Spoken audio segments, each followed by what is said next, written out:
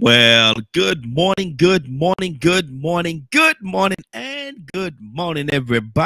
Good morning, everybody. Welcome to another episode of The Morning Glow. Welcome to another episode of The Morning Glow. Y'all see me over here multitasking, but I'm not important anyway, man. I'm just a question asker. My name is Raheen out of Atlanta, Georgia, but we got a few people here, and guess who's back?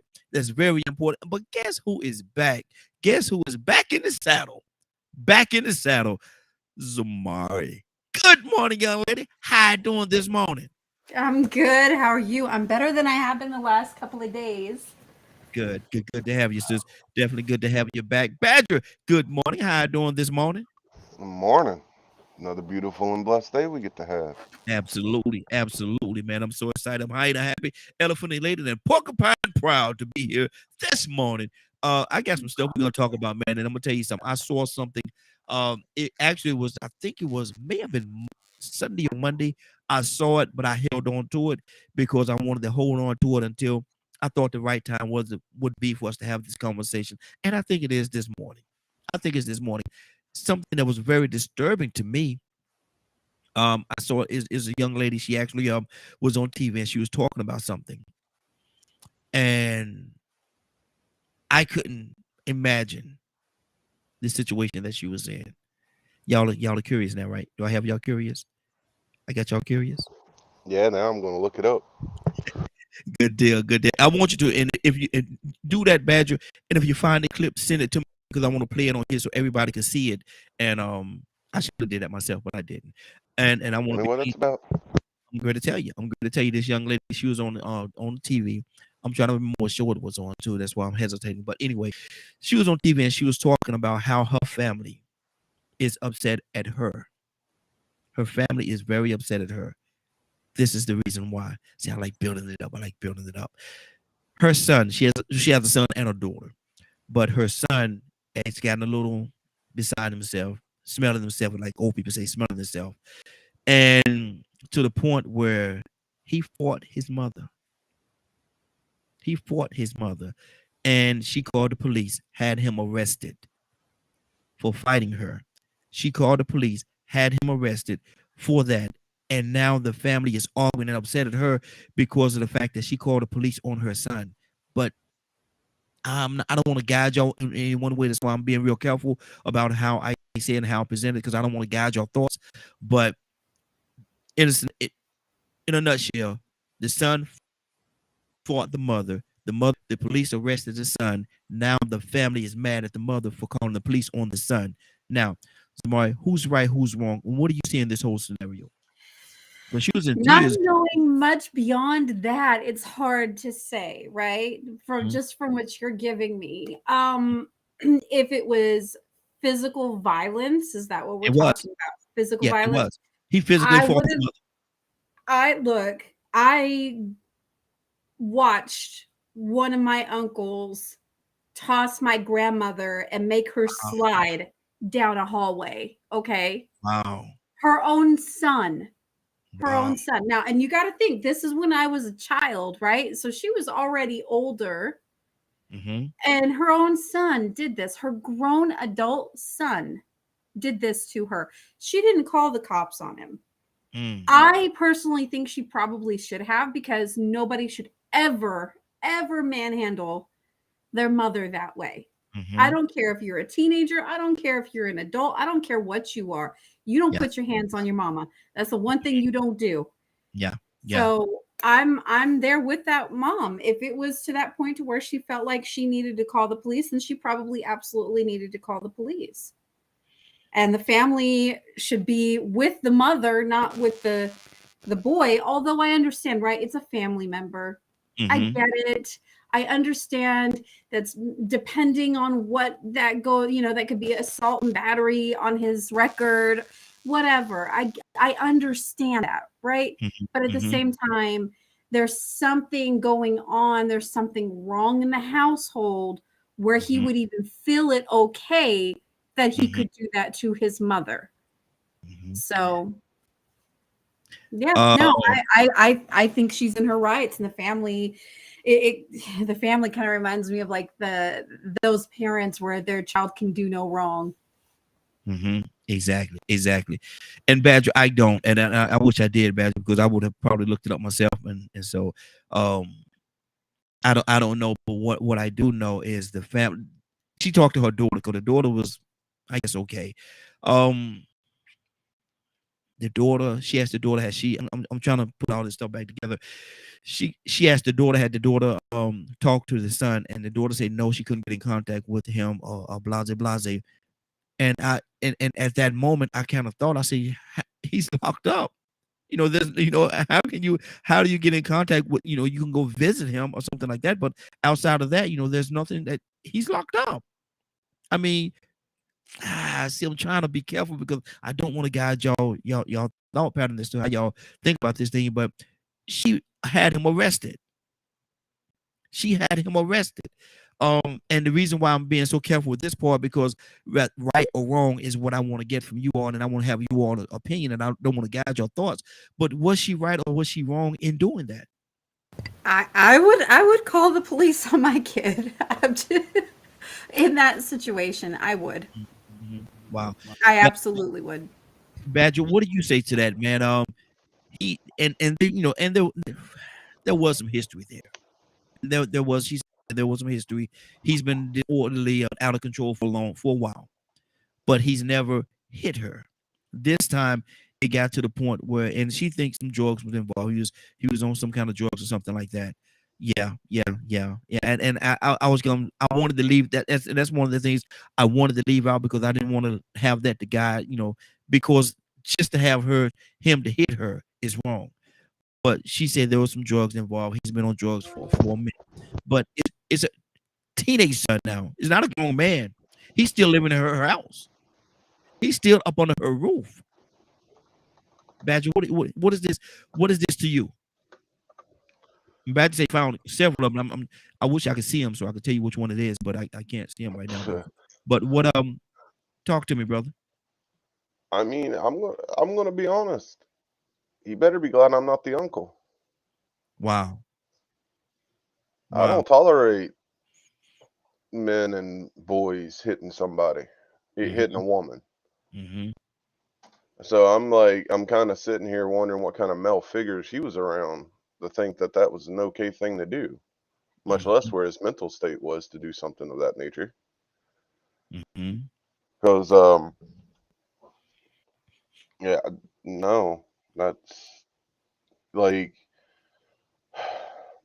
one of the things I've learned is it's a crazy world we live in when things like this, like you said a moment ago, I just typed it in, and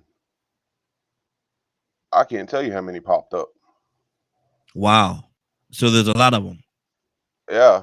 Like I literally just typed in woman calls cop on teenage son that hit her, and I'm like, oh, there's been a few.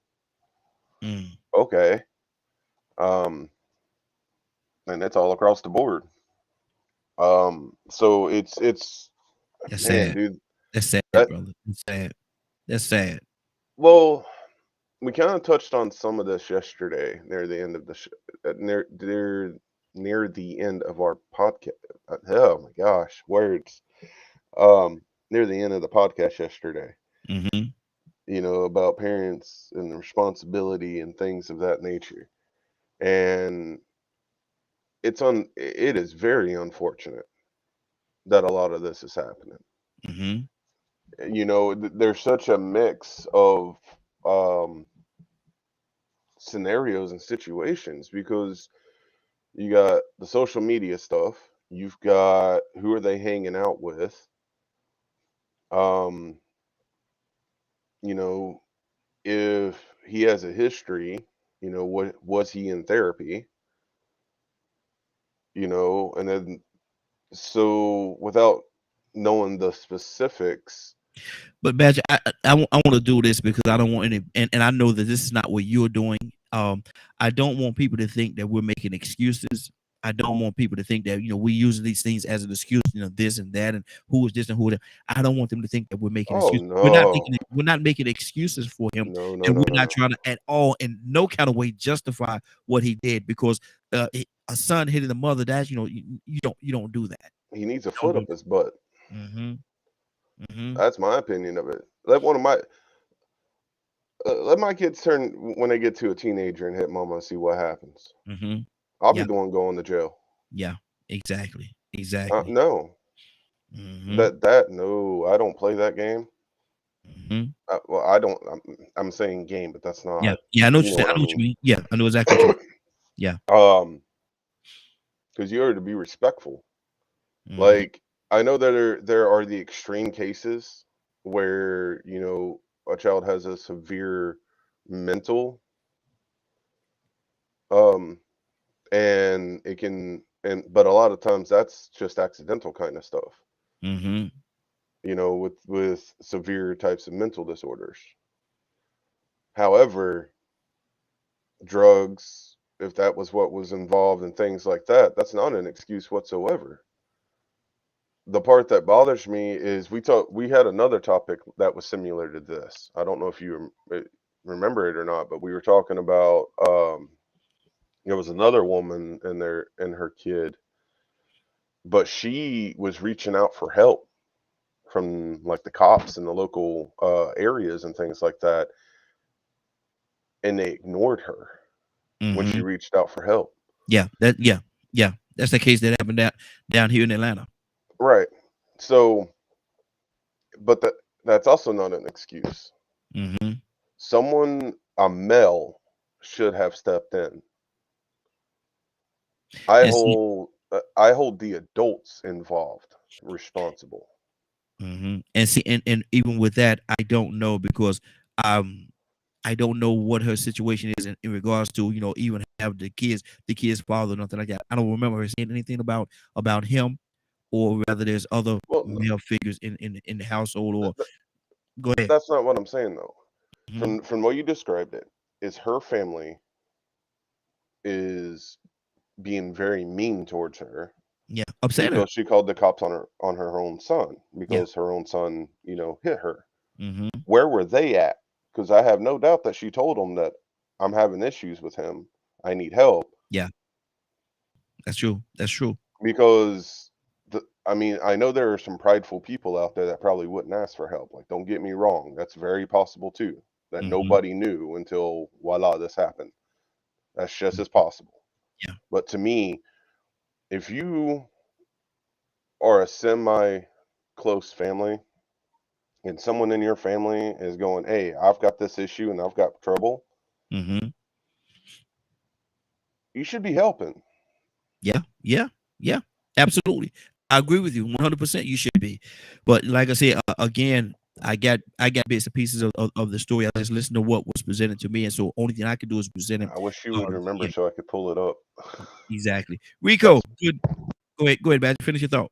Oh no, I was just saying that specific one because, like I said, there's so many different scenarios.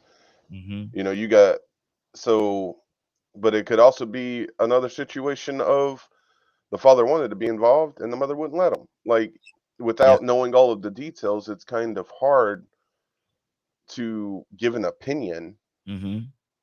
because that's something else we got to be careful of is don't pass judgment. We're Hmm. just sharing an opinion of different ways that situation could have been approached. Exactly. Exactly. Rico, good morning, sir. How you doing this morning? I can't complain, man. I'm sitting up here about ready to fight this meteorologist, man. These people try to predict the weather and it ain't been right the last month. 2 months, they've been way off, man.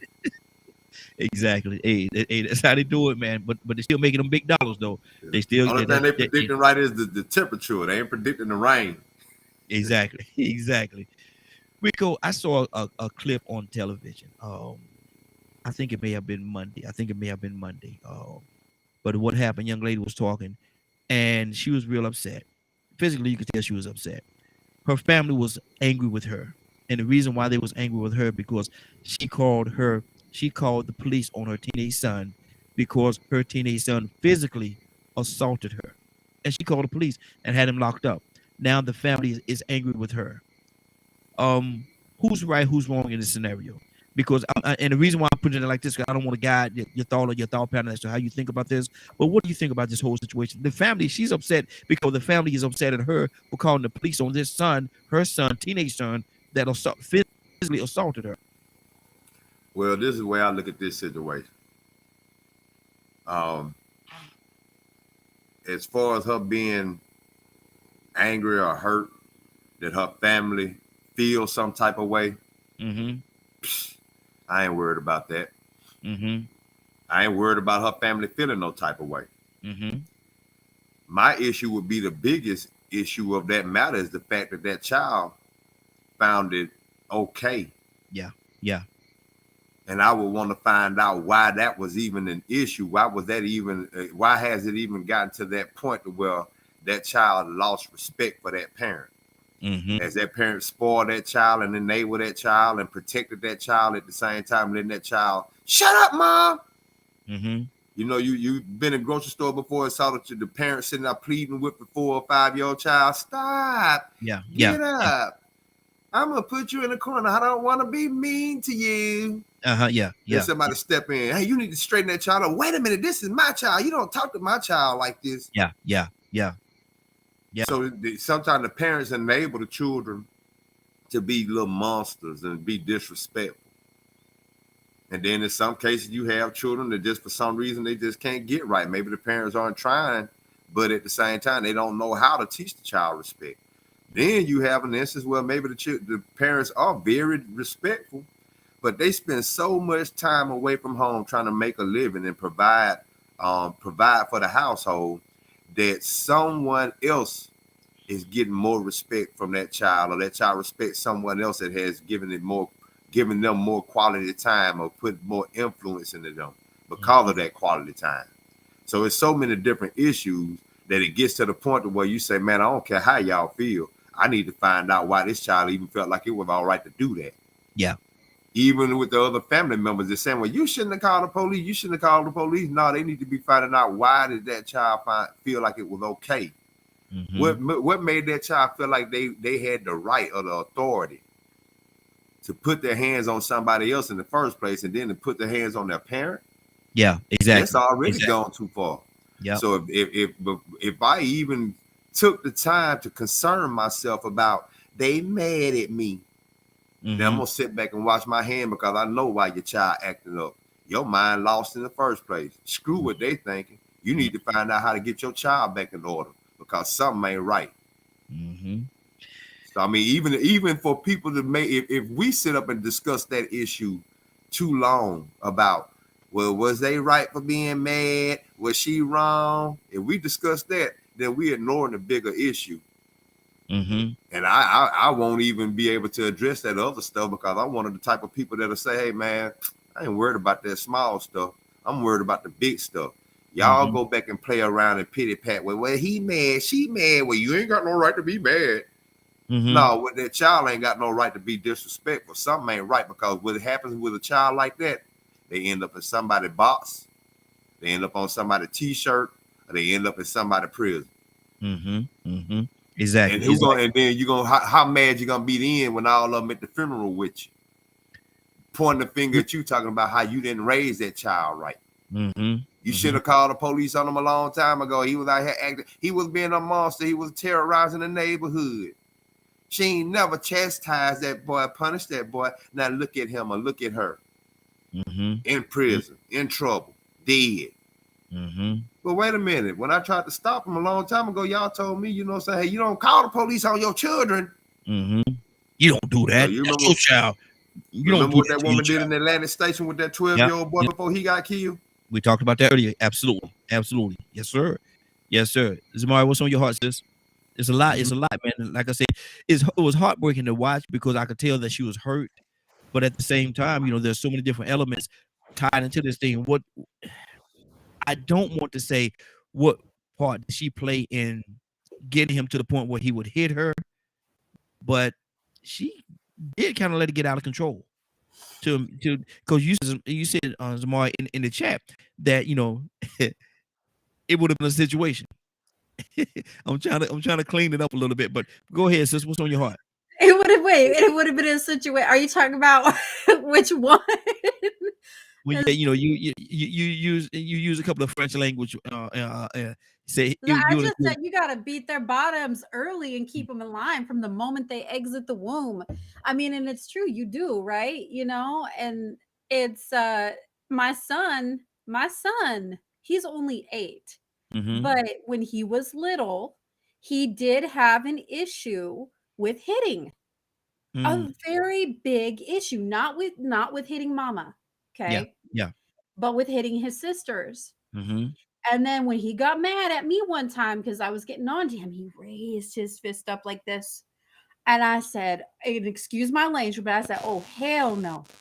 And I Mhm. turned him around and I Mhm. whooped his little backside Mhm. Mhm. pretty freaking hard too for Yeah. his Yeah. age. Yeah. And I'll tell you what, he never forgot that because he hasn't tried to do it since. Mhm. That's right. So you gotta start them early, teach Mhm. them early. And if they're on drugs, look, that's a perpetuator to violence. We know that stuff. And I was gonna say that too, right after I had finished my first thought. And I was like, I bet you he was on drugs Yeah, he because it was. usually always comes down to that, right? That's one of the factors. Mhm. Mhm. So it's just look, there's no daddy in the home. You said there was no mention of the father. So there you go, right there. There's the problem. No father in the home. You got a mama trying to raise up a boy that can't raise up a boy. Boys running all over mama, doing X, Y, and Z, causing all kinds of havoc, raising all kinds of hell. Excuse me, but it's Mhm. true. This is what this child is doing.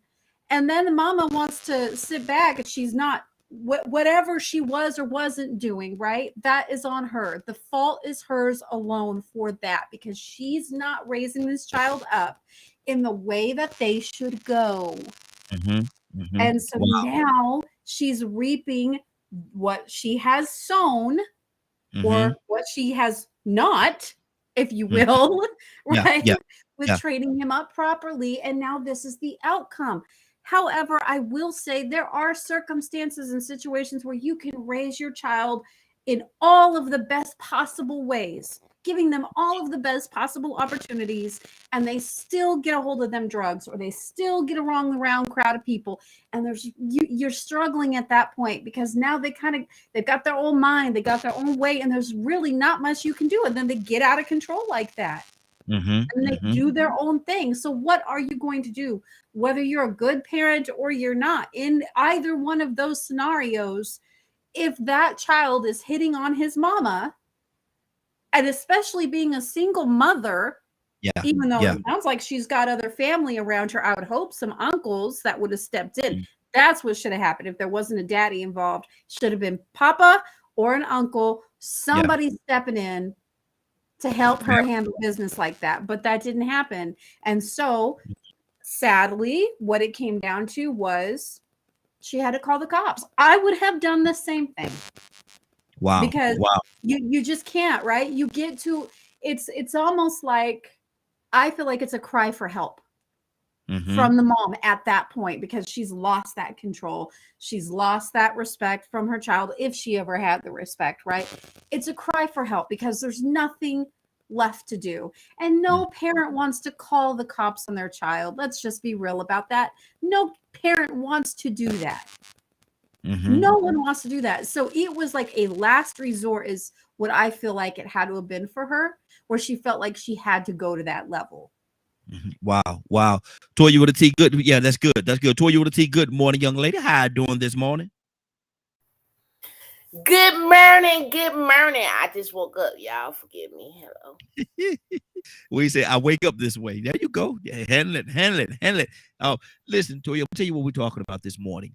A young lady called in. Well, actually was on one of the shows, and she physically, you could see that she was upset. That she was very physically upset, I guess is the terminology you should use in a situation like this. She was physically upset. And the reason she was upset because her family was angry with her. Her family was angry. She said her family was angry with her, and this is why. Say that her teenage son that was actually had been dibble dabbling with drugs and stuff like that, physically assaulted her. She called the police and had him arrested, and now the family is upset at her for calling the police and having her son arrested. Toya, what do you hear in that situation? Physically assaulted her. And the and the family mad. Why? Well, I mean, they did good because I wouldn't have called no police. We would have been at a funeral. Mm-hmm. I got nephews, and they know that. I love my nieces and nephews, but I love my sisters and brothers more. And I don't even fool with them with that. But let me catch you putting your hands on my sister, and we going to a funeral. I'm gonna give you a reason to be mad. So I'm trying to figure it out. What are these alien families? I mean, I'm just I'm listen. 2023. I'm convinced that we walking around with demons. You hear me? Wow. Mm-hmm. Dressed in skin. Because I wouldn't care nothing about you coming out this womb. That's why I'm going to put you back up there, sir. Are you kidding me? Yeah. I don't know how to take that. I don't know. I mean, the family is mad, and then what you expected them to do. Now, there's an aerodynamic to this. The family mad because they were the ones that raised that child to be that way. Because, you know, we got them issues in families too, right? Where you got a mother and you got a father and the mama. Your sister won't beat her kids, but she want to beat your kids type. You know what kind of relationships I'm talking about? The aerodynamics within family where there's this one person that they work against, and every time she say no, they say yes. So I'm just thinking there has to be another aerodynamic to this story for the family members to be mad because are they the ones that gave him the drugs? Wow. You understand what I'm saying? Yeah, good. You never thought about that. Mm-hmm. There's a multitude of different aerodynamics that could be leading up to this for them to say, you know, oh, well, why did you do that? If they had some kind of influence over some of the things that he had done. Because a normal family member, normal people who generally raise children, we all understand the concept of spankings and, you know, I brought you in this world, I take you out this world. You know what I mean? Most people still generally understand that process. So to get here and to get your hands put on somebody and then they be mad, I'm trying to figure out the agenda because not everybody has good intentions for their family members. Yeah. Not everybody has a good intention. People kill their family members all the time. You understand what I'm saying? So again, I'm trying to understand the aerodynamics of it. I don't get it. But now, if it was me or one of my nieces and nephews and my sister, we going to a funeral. I'm not going to call no cops. By the time the cops come, I'm telling them to bring a bag and let me know what jail cell I'm finna go in because this little boy just put his hands on my sister. Period. Wow. Hey, Gia. Wow. That's and see, I didn't think about that part of it right there. Where did he get the drugs from, and who introduced him to drugs? So yeah, that's a whole different thing. Cassandra, good morning. How you doing this morning?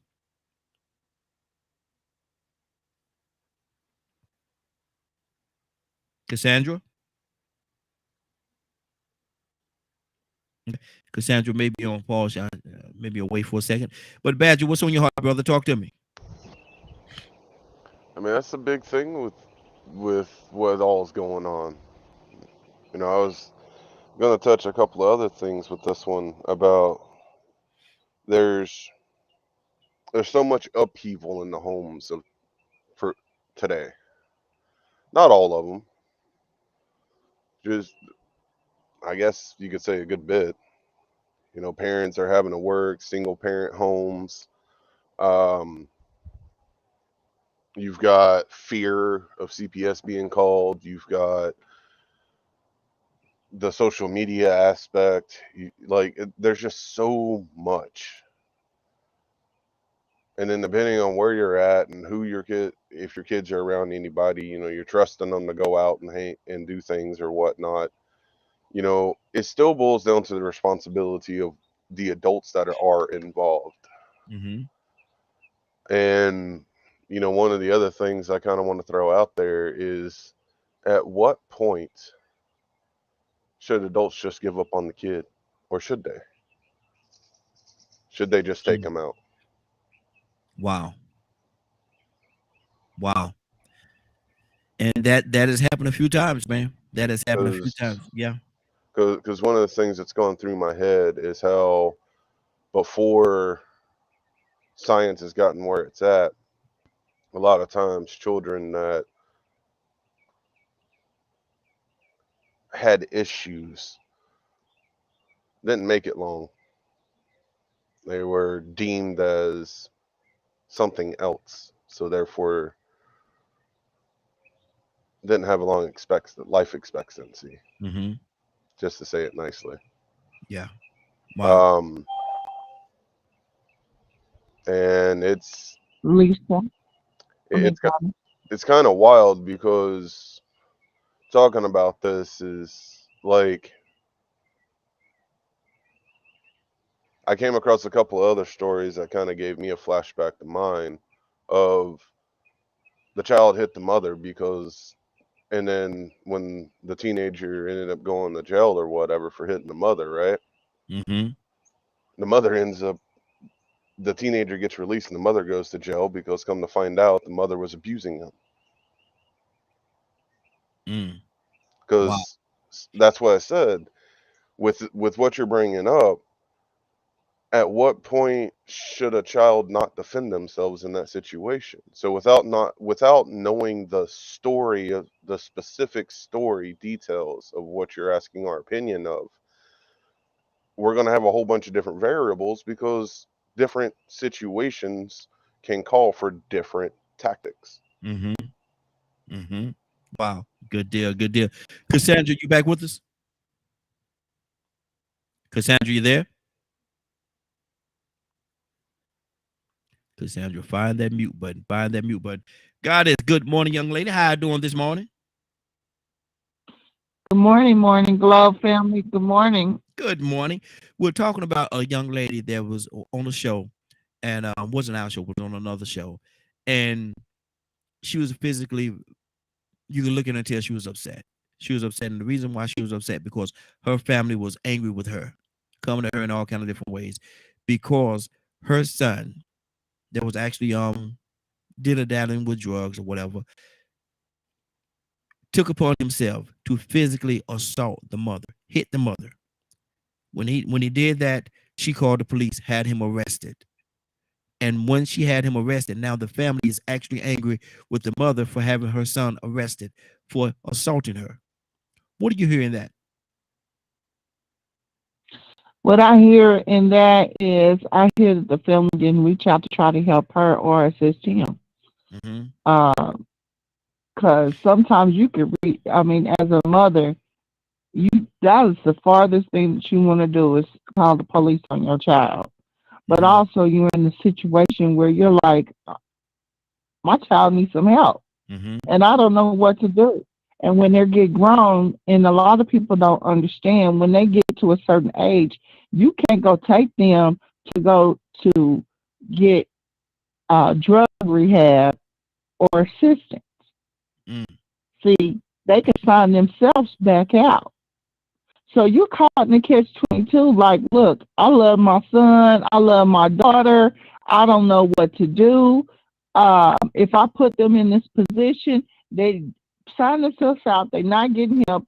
The courts nowadays don't want to really help you get custody of them. You have to go through so much to even get custody of them to make them get assistance.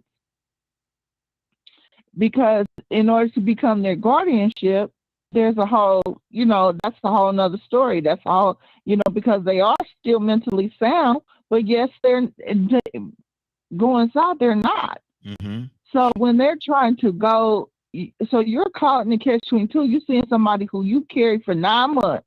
Yes. That you raised, that you gave your life story up. You said that they're throwing their life away. So you're hurt as well and still trying to deal with this. And then you double hurt when your own flesh and blood tries to raise its hand at you and hit you. Mm-hmm. The only thing you can do is send them to jail and say, hey, you need to sit down for a minute. You need to sit down for a minute. Mm-hmm. Because either you lucky that you didn't get taken out by me Mm-hmm. or the next person. So I need to sit you down because I love you. And sometimes real love doesn't come in all hugs and forms. It's called tough love. Mm-hmm. And you have to show tough love. And so you might save that man, that she might have saved her son's life. And because you mad at me, you should have intervened Mm-hmm. and tried to assist. And had a sit down with us so we could do an intervention. But because you didn't do that, this is what I had to do. Yeah. Wow. Wow. And so the family should not be upset at her at all. Heck no. Because what are you doing as a family to assist? And I'm sorry that this is going to go on his record. We'll deal with that later. Mm-hmm. It's called expungement. We'll deal with that later. Mm-hmm. Mm-hmm. But Wow. this is what I got to do to get him to where he needs to be so he can be here for the future. Mm-hmm. Because I'm telling you that he might not be here. Yeah. Yeah. Wow. I'll be burying my child and it'll be like pushing up daisies Mm-hmm. or somebody else will. Wow. Wow. That's true. Zamari, what's on your heart? I'm just listening. I was actually just typing in the chat. I said, you know, like with what got us, or what we have been talking about, right? Earlier, someone, I think it may have been Toya or something, where the family might not have even known the extent of what was going on, right? And I was just saying, like with my 19-year-old, there were a lot of things that happened in the family with her within our family unit that went on, that transpired, that none of our family knew about because it just wasn't, you know, it wasn't their concern, or we didn't want the grandparents to find out certain things because they're 80 plus years old. We don't want to upset them because that's their baby, you know. So there are certain things, a lot of things concerning her that we did happen to just not talk about or let the family know about, because it just, and obviously it was never anything on this level either. Yeah. But it just wasn't, and I don't think I would say anything to anyone, right? Even up until something of that magnitude did happen. But because it's really hard, even with my mother-in-law, when we had tried to explain to her our oldest daughter's behavior and how things were, right? She didn't understand it. And she always thought we were just being too hard on her and this and this and this, because she's not inside the house. She's not seeing all of those things that are transpiring and all those little things that are going on that led up to what the end result was in that moment. So it is really hard sometimes to go and try to explain things to family members without them actually being directly involved with the situation. Now, with Toya, for instance, I just the type of person she is, I could probably tell her one thing and she would be on it just like that, right? And I'm sure she's done the same thing with her own nieces and nephews. She's on it. She says she's on it like that, but she's involved. A lot of family members now are not that closely involved with their relations, so they don't understand the dynamics. They don't know what's going on. But to chastise a mother who, whether she did or she didn't tell anybody what was going on, right? To chastise the mother rather than trying to understand the situation and why it got to the point to where she had to call the police on her son, you know, it's not right, because you're supposed to stand with your family, right? And if your family is wrong, you tell them you're wrong for this, right? But at the same time, if it was needed, then you stand with them and say, look, I get it. I understand why you did it. I support you. I got your back. But you have to have that close relation to really even be in that situation, I guess, now with the way our world is today, because a lot of people don't stay close to their family like that. So they will stab you in the back quicker than they'll hold your hand. Exactly. Rico? You know, I brought up a few years ago on here about how I had noticed in the past few decades how it had been starting to become common for me to hear instances of young men fighting their fathers. Mm-hmm. And I was like, man, this is getting too common. You know, men having altercations with their fathers, you know, if that's, you know, going to be an issue, man, you know what I'm saying? Sooner or later, there's going to be a lot of fathers or sons killing each other. Yep. Like with Marvin Gaye and his father. Exactly. It happens. It happened in Florida I guess about a year ago with a guy that, his name was Otis Anderson, but it wasn't the guy that actually played professional football. Well, actually, this guy was a football player, but it wasn't the one that we remember from the Giants. Mm-hmm. But Otis Anderson Sr. killed Otis Anderson Jr. Wow. But Otis Anderson Jr. was actually the one that was in the right. But Mhm. then we have these issues, man, where, you know, I can honestly say there have been times where I saw mothers, probably some fathers too, be such tyrants and be so toxic, be so negative and destructive to their own children, to the point to where I felt like when the children got older, they should whoop them. Mm-hmm. When them children Wow. get old, they need to whoop her tail, bringing them men in and out that house like that, letting them children run around in poverty, sit up in that cold. And then you can hear what's going on. You know, they hear it just like anybody else here. Because I'm going to tell you something, man. I done seen some momsters. I ain't going to call them moms. Mm-hmm. You know what I'm saying? I done seen some momsters. Yeah. Yeah. That have created more monsters. And they actually, I've seen mothers without fathers around that push their sons to the games. Good But Lord. that son might respect that mama. Mm-hmm. Like NBA Youngboy mama. Some of these mamas that got some of these rappers that just talking this crazy stuff. If you listen to them talk, you can be like, well, that's where they got it from. That mama worse than the man. She's a gangster. The dad ain't have to be around. She harder than the daddy. And you know, they create some of these children. But to me, it still all boils down to the fact that anytime a child puts their hands on either parent, that was a loss of respect. Yeah. Somewhere in there. Mm-hmm. That's the ultimate thing. That was a loss of respect, because I've seen situations where you know, parents just had that unconditional respect. Well, they could be the worst parents, but a child would say, you know what, that's still my mama. Mm-hmm. That's still my daddy. Exactly. Same here. Yeah. You know what I'm saying? I mean, I grew up traumatized. Still my mama, still my daddy, still my elder. Yeah. You know, you see people disrespecting and putting their hands on their elders. They don't care that they're their grandfathers or whatever. Mm-hmm. They disrespect them. So it's a lack of respect that's going on, man. And it actually goes on both ways. Because like I said, you have some instances where you have these momsters, like my son's mother, that will not only use certain tactics to keep a man from a child and destroy that man, but sooner or later treat that child that they have like that's their man.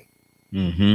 And they want the same expectations out of them. So not only are they treating them like they man on the man on the good side, but on the negative side, they always fighting with them, arguing with them. The older they get, they start seeing the father in them, and before you know it, they start talking to their own children like they talking to that father, that child. And now you got a child that's ready to put their hands on their mom because mom's so disrespectful. Mama, you remember you told me I need to go out here and let somebody blow my brains out because I'm acting just like my stupid daddy. Wow. Mm-hmm. I mean, I done heard some moms, man. I done heard some mothers that I'm like, man, you know what? If that child was to put his hands on them, I wouldn't say one thing. Mm-hmm. So it's too many dynamics to this, really, to just, you know, to be honest with you, some of these mothers probably push these children to the drugs. And that's the reason why they acting out, because they mad, they've gotten grown, and they ain't got to take it no more. You and your boyfriends beating up on me. You know what I'm saying? I mean, say somebody like me or Ryan, you know what I'm saying, that saw what we saw. You know what I'm saying? Ryan was start saying how he saw what was, man, he could have been like, you know what, man, I ain't got no respect for this woman. Yep. Mm-hmm. And I'm gonna treat her, and I'm gonna show her how I feel. I'm not gonna have any more respect for her as a mother. And I'm gonna treat her like the dog she is, you know what I'm saying? And I hate to say that, you know what I'm saying, because I have seen some women be worse mothers to their own children than straight dogs are to their puppies. Wow. 508-924-3521. 508-924-3521. Phone lines open. We got a call from the 920 area code. 920. What's your name? Where you calling from? Good morning. What up, though? What's going on, man? Not much. It's my work phone. I'm having to run to the house and get my kid and take they behind to school. Uh-oh. There you go. Hey, that's what a good dad do, man. That's what a good dad do, and you represent it right now. So definitely proud of you, brother. We're talking about what we're talking about right now. We're talking about a young lady that called in, that was on the show. I keep saying called in, that was on the show, and she was physically upset. And the reason why, because her family was angry with her. The reason why the family was angry with her is because her son, teenage son, that had been dabbling with drugs and different things like that, took upon himself to physically assault the mother, hit the mom. She called the police, had him arrested. Now the family is upset at the mother for having her son arrested, for hitting her. What do you hear in that situation? There's more to the story, is what I hear. Mm-hmm. Something would have had to have happened in the home, or maybe that child had a mental break or something to be able to hit your mom. Mm-hmm. I heard Rico talking about how he and I grew up just a second ago. I just happened to catch it when I dialed in, and my mother did plenty of things to me that if somebody else would have done to me, man or woman, they'd have got knocked out. So, but I have enough self-restraint, enough love for my mother, even though at times it didn't feel like she loved me, to not do something like that to her. Mm-hmm. So it tells me, I mean, if he's on drugs, maybe he was strung out. I'm not going to make excuses for that behavior at all, because under no circumstances should you ever put your hands on your mama. Absolutely. Unless, she got a gun to your forehead or something, maybe then. But, man, I feel bad for the mom. I feel bad for the child. I feel bad for everybody involved in that circumstance. But at the same time, if a young man's going to knock his mom out, yes, call the police might be an option if dad's not there to handle that business. Yeah, exactly. Toya with a T, talk to me, sis.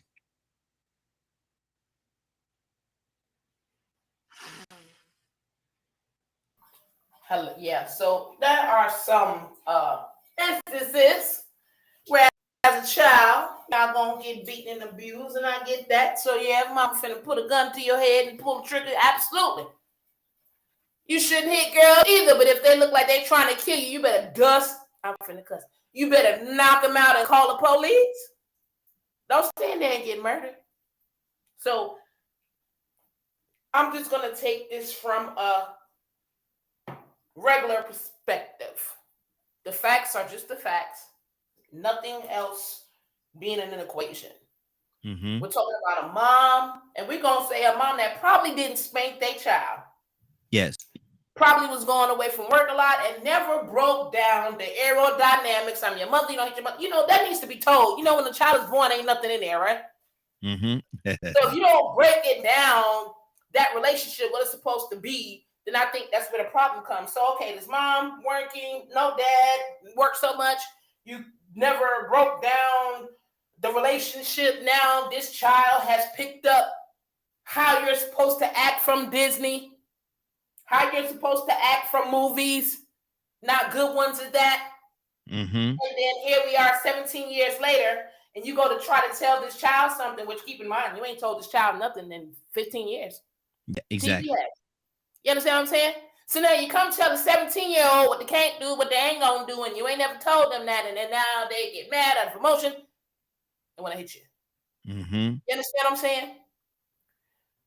Let's just stick to the basics.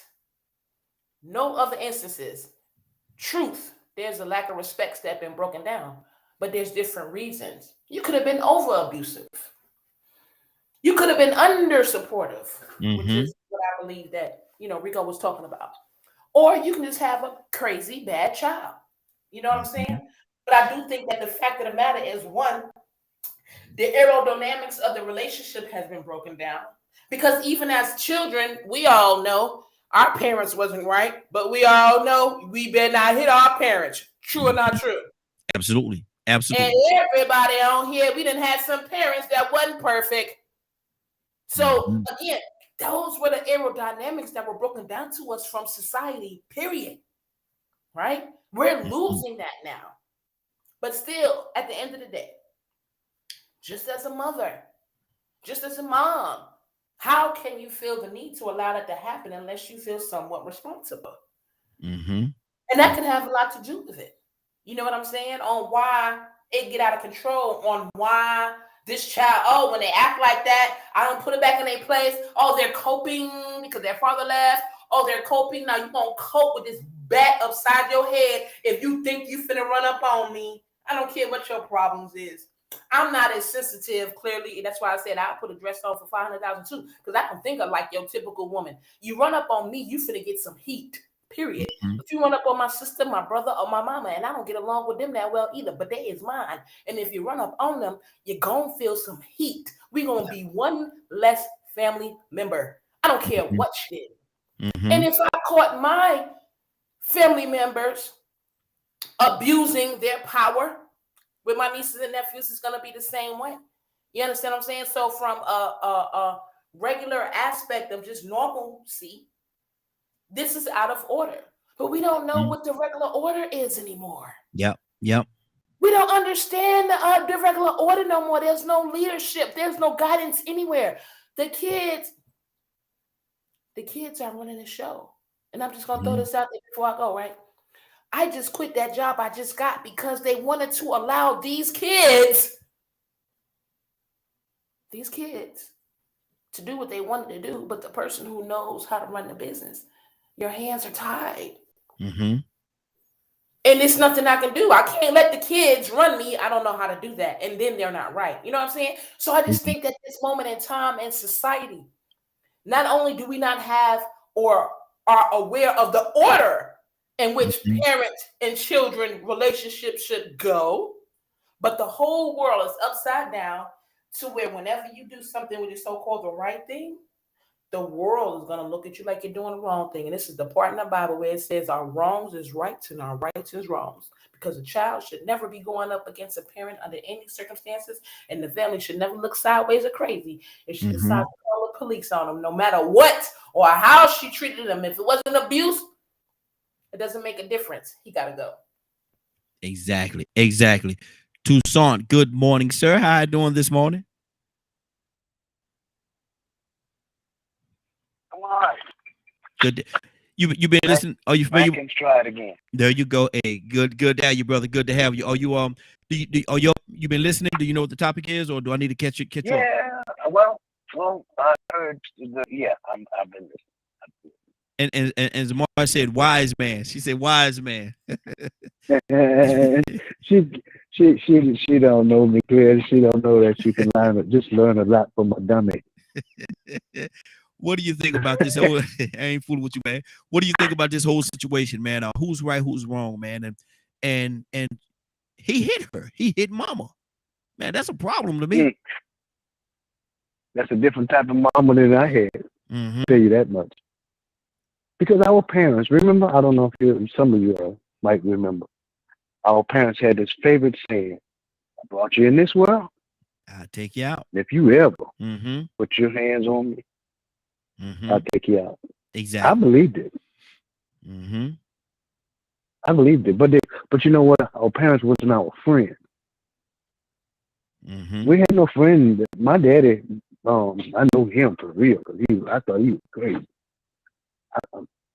He was, Mom was the teacher and he was the enforcer. That's the house. That's the home that I grew up in. And they wouldn't play with us. I mean, Daddy would, teach us how to box and all that kind of stuff and teach us how to protect ourselves. there wasn't no games in the house with his friends. My daddy wasn't my friend. Yeah. Mm-hmm. He wouldn't hang out with me. No. Mm-hmm. But sometimes we wait till a kid is grown to find out what they're doing ain't cute. Mm-hmm. When they cussing and fussing like we cuss and fuss Mm-hmm. as they coming up. We let them see everything we doing. They in every conversation that we have. Mm-hmm. Get out of the room, boy. Get out of my mouth. Grown folk talk. Yeah, exactly. All up in my Grown mouth folk like talking. that. All up in my mouth. Look at him, all up in my mouth. Get on out of here. And that's what Yeah, these, but you know, nowadays, my mama said you ain't worth a dime. Mm-hmm. What? Mm-hmm. You can always tell how a kid feel about you these days because they in the conversation that their parents are in. Mm-hmm. Hey, look here. Hey, So it's Tucson, better for them to go ahead. I'm sorry. do the kids sometimes go to church and tell the secrets? My mama said your breath stink. Here, take this mint. With your ugly ass. She said, my mama said she's sick of you. Yeah. Exactly. And you talking to the pastor. Mama said she don't even like you. And daddy said he wanted to knock you Yeah, out. but you see, it's better to have your kid in jail than in the grave. Yeah. Which is better? What kind of conversation the family? Family, you stay out of my business. Matter of fact, we don't talk about things. When we was coming up, we wouldn't talk about things in the household. Mm-hmm. But, you know, if a child is incarcerated and the parent called the police on them, good. Mm-hmm. If something went on that you had to call the police on your child, good. Yeah. Wow. Good. Wow. That's good. I mean, really, good. Because you are supposed to be the protector at all costs. Mm-hmm. And it's better to call the police on them than go in your closet, get your gun, and blow their brains out. Mm-hmm. That what you got. What kind of conversation? What we gonna talk about if that happens? Exactly. Yep. Got a whole different situation then. That's a whole different situation. Whole different situation. Shoulder. Exactly. Cassandra, good morning. How you doing this morning? Good morning. Cassandra, you been listening to us this morning? What do you think? What do you think is right or wrong, Cassandra? What do you hear in this whole? And I want to talk to Cassandra, then I want to talk to the counselor side of Cassandra. But what do you hear in this? Just let him whip your behind, because you shouldn't touch your children, because your children are a precious gift from God, and do not put your hands on your children, and don't call the police on your children, and don't matter if he whip your behind and blacken your eye, you just take it as a good soldier in Jesus Christ. Okay, there we go. In Jesus' name, amen. In Jesus, oh yeah, amen. Yeah, Lord, We do all that. you know, because really, Aya, that's what people expect us to do as Christians. Oh, we turn the other cheek. You don't ever, whatever. Man, listen, boy. Well, I think my children know, and they 42 and 46. My son bucked at me one time, and I ain't called the police. I knocked the breath out of him. He was trying to catch his breath. I said, if you ever buck up at me again, I will put you out on the floor. Don't do that. And my son is like 6 feet tall. I don't care. Mm-hmm. That is disrespectful, and you should have called the police. Anytime you are arrogant and ignorant enough to put your hand on your parent, oh yeah, all bets are off. All bets are off. And if he has mental health issues, then we need to deal with that. But he's going to jail first, and then I'll say, hey, could y'all please have him transferred to the mental hospital? That's if he make it before the hospital, the regular hospital. I'm sorry. That's not going to happen with my children. Exactly. You are not. Fact of the matter is, my children know not to even talk to me certain ways. And these kids now cuss their mama out. I hate you. You be man. I wish. Okay. Mm-hmm. I'm done. There's the counselor side of me right there. That was the counselor side of me. Oh Lord. That's scary. If that's the counselor side, now that's a little scary, Cassandra. That's just a little bit. That's just a little. That's just a little bit scary. We got a couple of callers on the line. Let me see who we got here. We got a caller from the. We lost that caller right there, so hopefully they'll be able to call back in a second or two. But Rico, what's on your heart, brother? Yeah, I'll always go back to the fact that you always have to go back and look at what caused that disrespect. You know, I mean, I honestly can say that in the time that we grew up, the time I came up in, it was completely unacceptable. You know, but you know, if you ain't careful, you know, you might have one of those parents that like to molest and touch on you. Mm-hmm. And you got to protect them from your younger sibling. You might have a parent that's doing like the burning bed. Not only is he beating his wife, but he beating the children. Now, all of a sudden, you got this one child that finally has to put his foot down, because if you're not careful, you might be in a situation where you have a mother that's killing children and putting them in the freezer like Michelle Blair. That happens.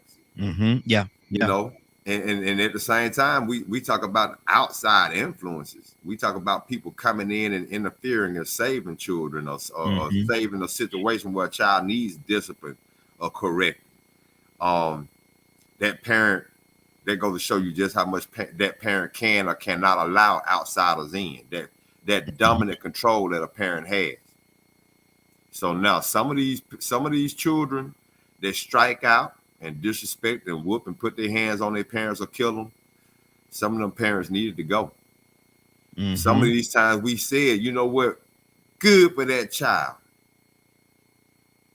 So, I mean, it really depends on the dynamics, man. I mean, you know, it all comes down to either disrespect or the lack of respect on behalf of the child or the parent in the conditions that are created. You know, I can never just put everything in one box, because at first I was only thinking along the lines of a deranged child that does all this disrespectful stuff. But then I had to think about some of the situations I've seen personally, or other situations I've heard of from bully parents. I mean, parents that really are terrorists. You know what I'm saying? And some of these parents, man, I mean, the children had to kill them to get out of that situation. Exactly. They had to put their hands on them. There are times that children do call out for help. My son is called out for help. Michelle Blair's children called out for help. But then when the authorities and the children's services came around, man, the parents put on such a good act. Oh, he lying. He just acting up because I took his cell phone from him and he don't want to do his homework. And they'll have them all on drugs. And the child sitting there, man, she manipulating everybody so she can get away with abusing me. And she knows she mistreating me. And just to continue mistreating me, she'll continue lying to these people. That woman, Michelle Batchelor, she knocked her daughter tooth out. Her sister came over to her house. And she told, when she heard them knock on the door, she was like, tell them that your little brother threw a toy and hit you in the mouth and knocked your tooth out. So when the sister came in, she said, yeah, ooh, what's wrong with your tooth? That's so ugly. It's in the front of your mouth. You know, you ain't but like 9 years old. He threw a toy and knocked the tooth out. Yeah, you know how those children be horse playing. Well, don't you need to go to the dentist to get that fixed? Oh, she said she wanted to keep her tooth like that. She said she wanted to be different. Yeah, I like it. It makes me look different. It makes me look, what they call it, unique. Wow. And so the child had to go along with it, while the aunt was sitting there like, man, something ain't right. But then what if that aunt would have said, you know what, I'm putting my foot down. Come on here. This is my baby. You can't do that. Get out my house. Boom. Yep. Now you're stuck. So now if you're the victim, if you are the child that's a victim of that dysfunctional type of parenting, you might, if you survive, might get to the point of where you know what, man, if I don't kill this woman, she gonna kill us. And to be honest with you, some of these women is crying and is calling the police on their children. That's what the situation is. Exactly. Wow. Now they crying wolf again, when the whole time they were the big bad wolves. Now they fixing to flip the script And the same tricks that they were using on everybody else continue abusing you, now they fixing to turn the game around on you and turn into the victim. Now you the problem. He don't want to do his work. Did you ever try to help him do his work? He don't got no respect for nobody. He won't listen. He won't mind. Well, have you ever had any time? Did you ever try to make him mind or give him any discipline in the past? I mean, so it depends on the situation, man. You know, you could be on the outside looking in and not really know what's going on. But I can name too many situations where the parents might have deserved it. Wow. And see, it's so many different levels to this thing, man. Let me go to Shanavia. Shanavia, good morning. We got a couple of people that I'm going to come to. Just came on, and I'm going to address each and every one of you. So please be patient with me. But Shanavia, good morning. How you doing this morning? Good morning. I'm good. How y'all doing? Hey, doing well. Do you know the scenario? No, I'm a little nervous based off of Rico's response, and it ain't even Wednesday. There you go. But what happened was a young lady came on the show. Very physically, you could tell she was upset. And what happened was she was angry. She was mad because her family was mad at her. And the reason the family was mad at her is because of the fact that her son, teenage son, still living in her household, teenage son, on drugs, dibble-dabble with drugs, took it upon himself in a situation they was having to hit his mother. He physically hit his mother, and the mother called the police, had him arrested. And because of the fact that the mother called the police and had his son arrested for hitting and physically assaulting her, now the family is upset at the mother. What do you hear in that situation?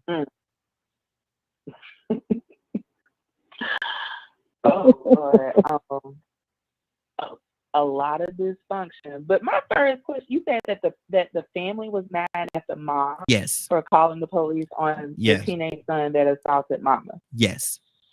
Okay. I'm gonna try to. I know I have 3 minutes. I'm gonna try to break this. I'm gonna try to get it real quick. First of all, where was the family? Because it's easy to judge something when you're on the outside looking in, but you're mad at mom for calling the police. And I'm not a mom, but I do know that that had to. I'm going to err on the side of mom was doing all that she could do first before I go into, because I understand now why Rico's response what it was. But if mom is doing all that she knew to do and may have possibly reached out for family, and because family was just like, well, your kid is bad and we don't want to deal with it and yada, yada, yada, do the best you can, call the police on them, intervene the best way you know how. Then when she did that, now y'all upset, but where were you to help with that?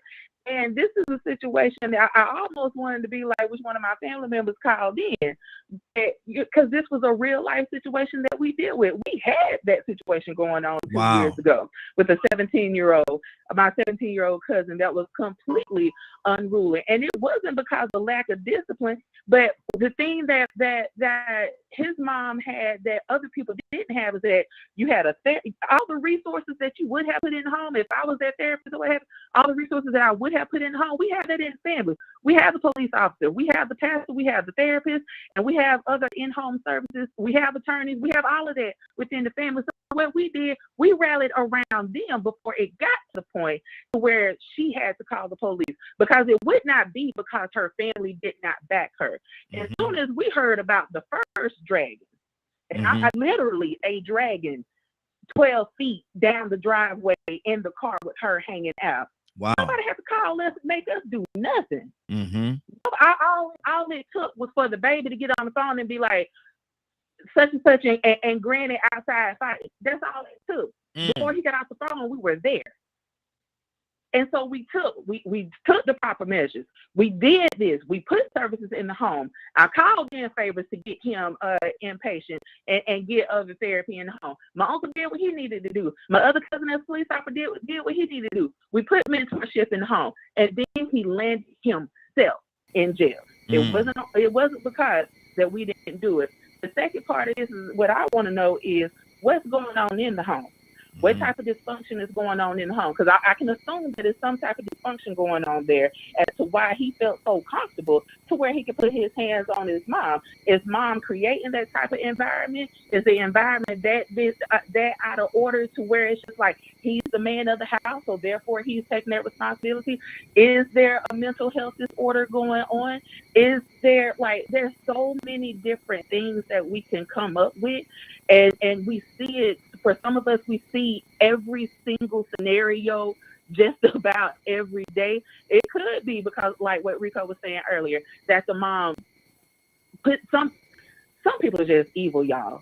Because I've also been that kid to where on the outside looking in, you would have believed everything that my stepfather was telling you, is that I was just a bad kid. I was the reason why their marriage wasn't working out, that I just didn't know how to act. She got a demon in her and all that. But all the while, it's WWE whenever we get to the home. Everybody talks about how my mom should be disciplining me. And I'm like, bro, we tag team partners up in here. What are you talking about? Wow. We going round for round with this dude. But because of the narrative that he put out, and all you saw was my behavior, because I know what to do with that. So it was easy to believe that I was the problem. Because all you saw was my behavior. His behavior was concealed and shut up tight in four walls. Wow. So it's a lot of different layers to this, and it's easy to come up with what we would like for it to be or what we think that it is whenever we don't have all the information. That's good. Can I ask Navy this before she leaves? Yes, before she finishes this comment. That intervention, it has to be received, and there has to be some cooperation on behalf of the parent, especially if the child is not old enough, and if the child is old enough, it has to be received by them. But I want to ask, what would they have done if she had responded like, well, I don't know, wait a minute, y'all, I think I'm going to change my mind. I don't like the way y'all talking to him. He crying, y'all. He don't want to go. I don't like to hear him crying. What would she have done had there not been any cooperation? I'm going to say a change of heart from the mother of this disruptive child. And that does happen. And to be very transparent with you, Rico, like the second time that we intervened, that did happen. And there was also other stuff going on with her health that we didn't know about at the time, and God rest her soul, she's passed away now. But that did happen. And you know what we did? At this point, you have involved us at this point. We're involved. So now we need to go and get you some help too, which we did. Because for her, again, for that particular situation, we had to, well, I know the backstory, y'all don't, but anywho, she did do that. She didn't want the help the second time because it's just like, I'm tired. But I'm like, oh, well, you go over here and rest then. You go rest. Do what you need to do. We're going to get you hooked up too. But right now, it's either we intervene or both. He going to be in jail and you going to be in the grave. And I hate to say, but ironically enough, that's exactly what happened.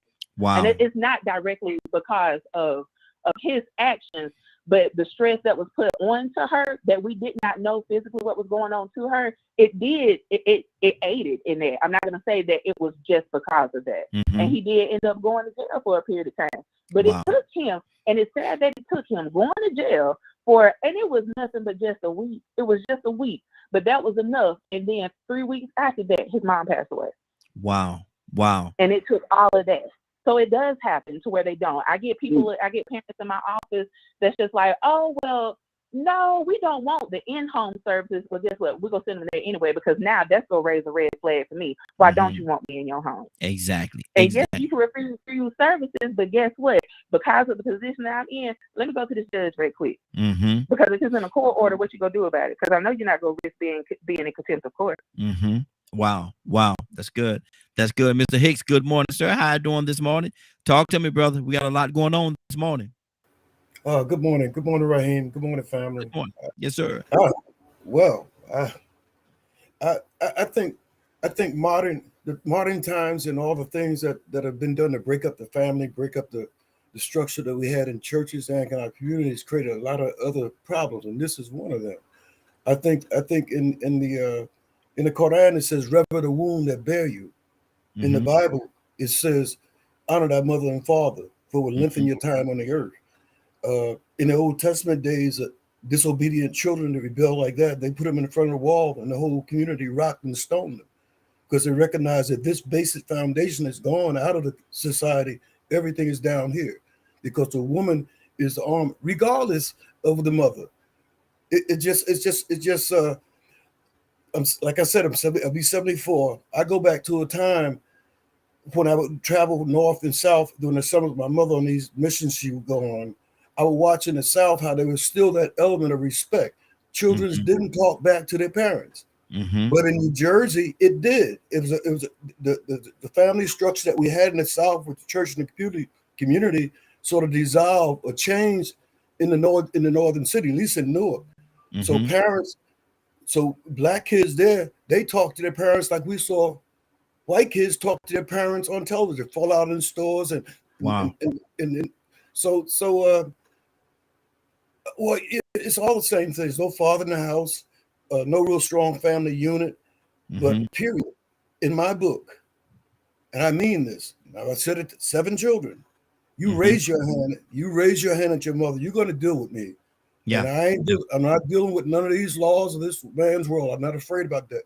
If you don't reveal your womb, the womb that bore you, this mother that the Creator choose you to come through, in spite of what she do. That is, I guess that's the test. I understand these various situations that happen, but I listen to a guy, Charlton White. Charlton White, he might be familiar. He's all over the YouTube now. Yeah. No, you're talking about. He's sort of rough with what he say, but he said sort of real. He said like that certain age they act out like send them to jail, send them somewhere to recognize that you can't behave. It's the problem with everything, the corruption of this country at this point. We stepped away from what values. We stepped away from being honest. We stepped away with telling a lie. But if a child raises his hands to his mother, he's a very low being, period. And and on a real tip, he's going to be dangerous for other people. Yeah. Dangerous for his community. Dangerous for everyone. He don't have respect for his mother or his father. How's he going to have respect for anybody else? Nobody else. Nobody. You're absolutely right. Nobody else across the board. And that's what we're up against. Exactly. Captain, good morning, sir. How you doing this morning? Good morning, Brother Raheem, and to my beautiful Morning Glow family. I need to hear your heart on this one, brother. He raised his hand, hit his mother. She called the police, had him arrested. The family's angry with her for calling the police on her teenage son that assaulted her and had him arrested. What do you hear in that situation? Well, dear brother, we have on this line many men and women of value, and I love everybody's response. I thought about it, and I went to the book of Exodus, the 21st chapter, around the 15th. It says here, whosoever strikes his father or his mother shall be put to death. And then it goes down to Exodus 21:17. Whosoever curses his father or his mother shall be put to death. Let's come out to scripture. There are other people practice that now. That's the Old Testament, or we don't do that. But God did not tolerate that comes from your womb to disrespect that boy. I heard my brother Hicks quoted, honor the womb that bore you, that your days, you honor your mother and your father, that your days may be long. Now, there's a couple factors, and I heard my sister mention, there's the son. Is he mentally stable? Is he bipolar? I mean, does he have some mental issues that I could say some would justify why he may put his hands on his mother, but really there's no real justification. In my family, we have a strong, dominant male presence in my family. Any man, young man, will put his hands on my sister mother or any male erroneous mother in my family, we don't send them to jail. Calling the police do not correct that young man's behavior. I don't know why we think people go to jail, they learn their lesson. No. You take him, and if he was out of anger and he did this, and you take a couple male members of the family, take him in the backyard and give him a good boss. We call it a boss back whooping. Take it behind that barn. Take it behind that barn. Do you hear what I'm saying? Yes, sir. I mean, we call it a boss. And I just say this: if you ever put your hands on your mother again, and I'm gonna tell you what you're gonna do. They're gonna have them both of them in a cast, and you won't have no hands even used no more. Wow. And that's how you do it. Mm-hmm. But to call the police, and if she called the police, it could have went south. He could have fought the police killed them. You know, it does not help when you bring those involved who just come to enforce the law. But I just think there may be issues. He may have a mental problem, but they shouldn't be mad at the mother for calling the police. They should be happy that's what she did. Versus, as I heard someone say, putting him in the grave. Exactly. But I don't think calling the police helps any situation when it comes to your family. I really don't. Putting somebody in jail, it don't work no more. This is me talking. But I just believe some strong male members of the family would take Youngin and just give him what he put. Or you blacked your mother's eye. I had a situation. The dude hit his pops and gave his pops blacking his pops eye. He was up on the campus, and of course, when I heard about it, we sent some brothers, and he knew we was looking for him because you gonna hit your father. Nothing. And of course, when we did get him, we took him to his father, and I said, well, you got to get the life of what you did to your father. And the father understood. And he gave his son what his son gave to him. That was the end of the story. But I do think there's a lot of issues. There's a man has some mental problem, but I do think we should never call the police. I think some male members of the family need to step up, be men. Take Youngin on in the backyard where we got to do it. And even don't have to put your hands on it, but he needs to understand that kind of action would warrant an opposite and equal reaction, which may be the life of. That's what's on my heart. Exactly. And the phone lines are open, 508-924-3521, 508-924-3521. Joseph, good morning, sir. How you doing? I see you, Rico. Coming to you next, brother. Joseph, good morning. Good morning. Good morning, Glow family, and good morning to you, sir. Good morning to you as well. Yeah, I was listening, man. I tell you, growing up in West Helena, Arkansas, I think the elders kind of convened around those scriptures, like what Brother Cap mentioned. Your parents are sacred, and they instilled in most of us young folks, that there are some lines you just won't cross.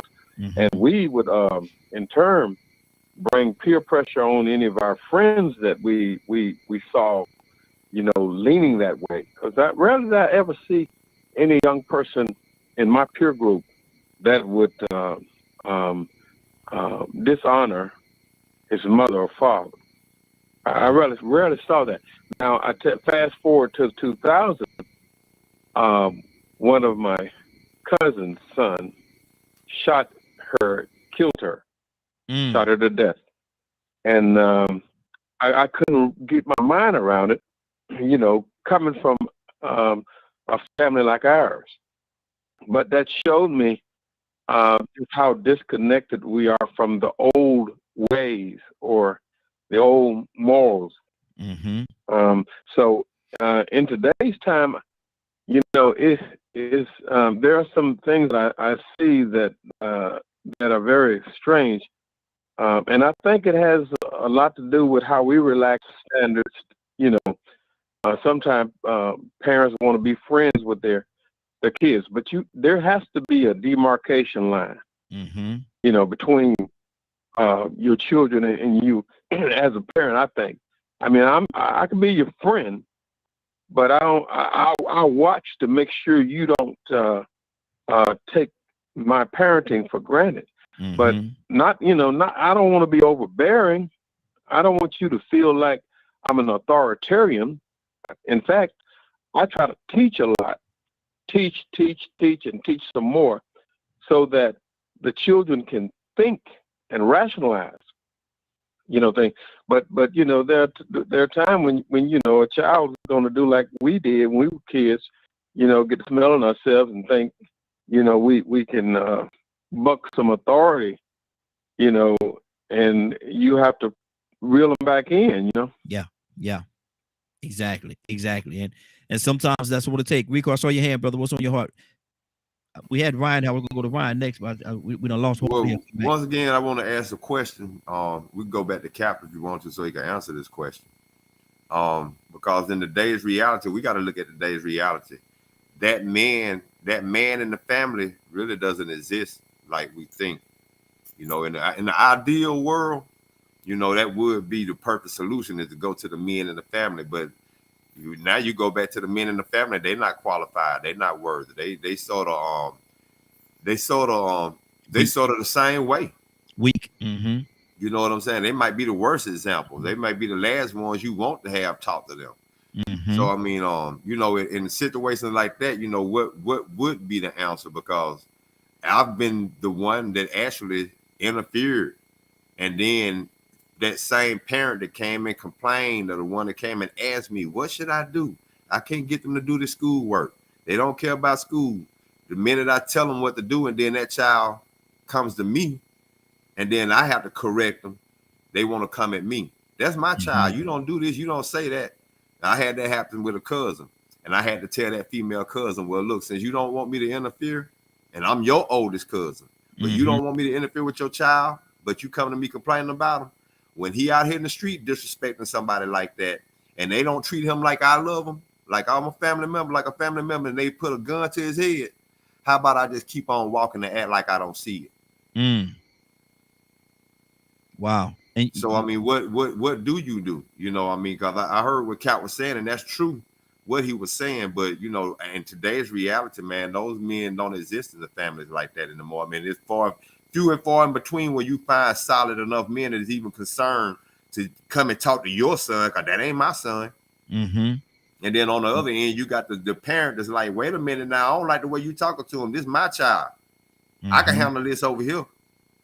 Evidently you can't, because I'm here. But I know exactly what you're saying. Cap, you want to respond to that? With my baby mama now. I mean, look, my son need to be here with me, but then she turned right back around and felt like she could do a better job.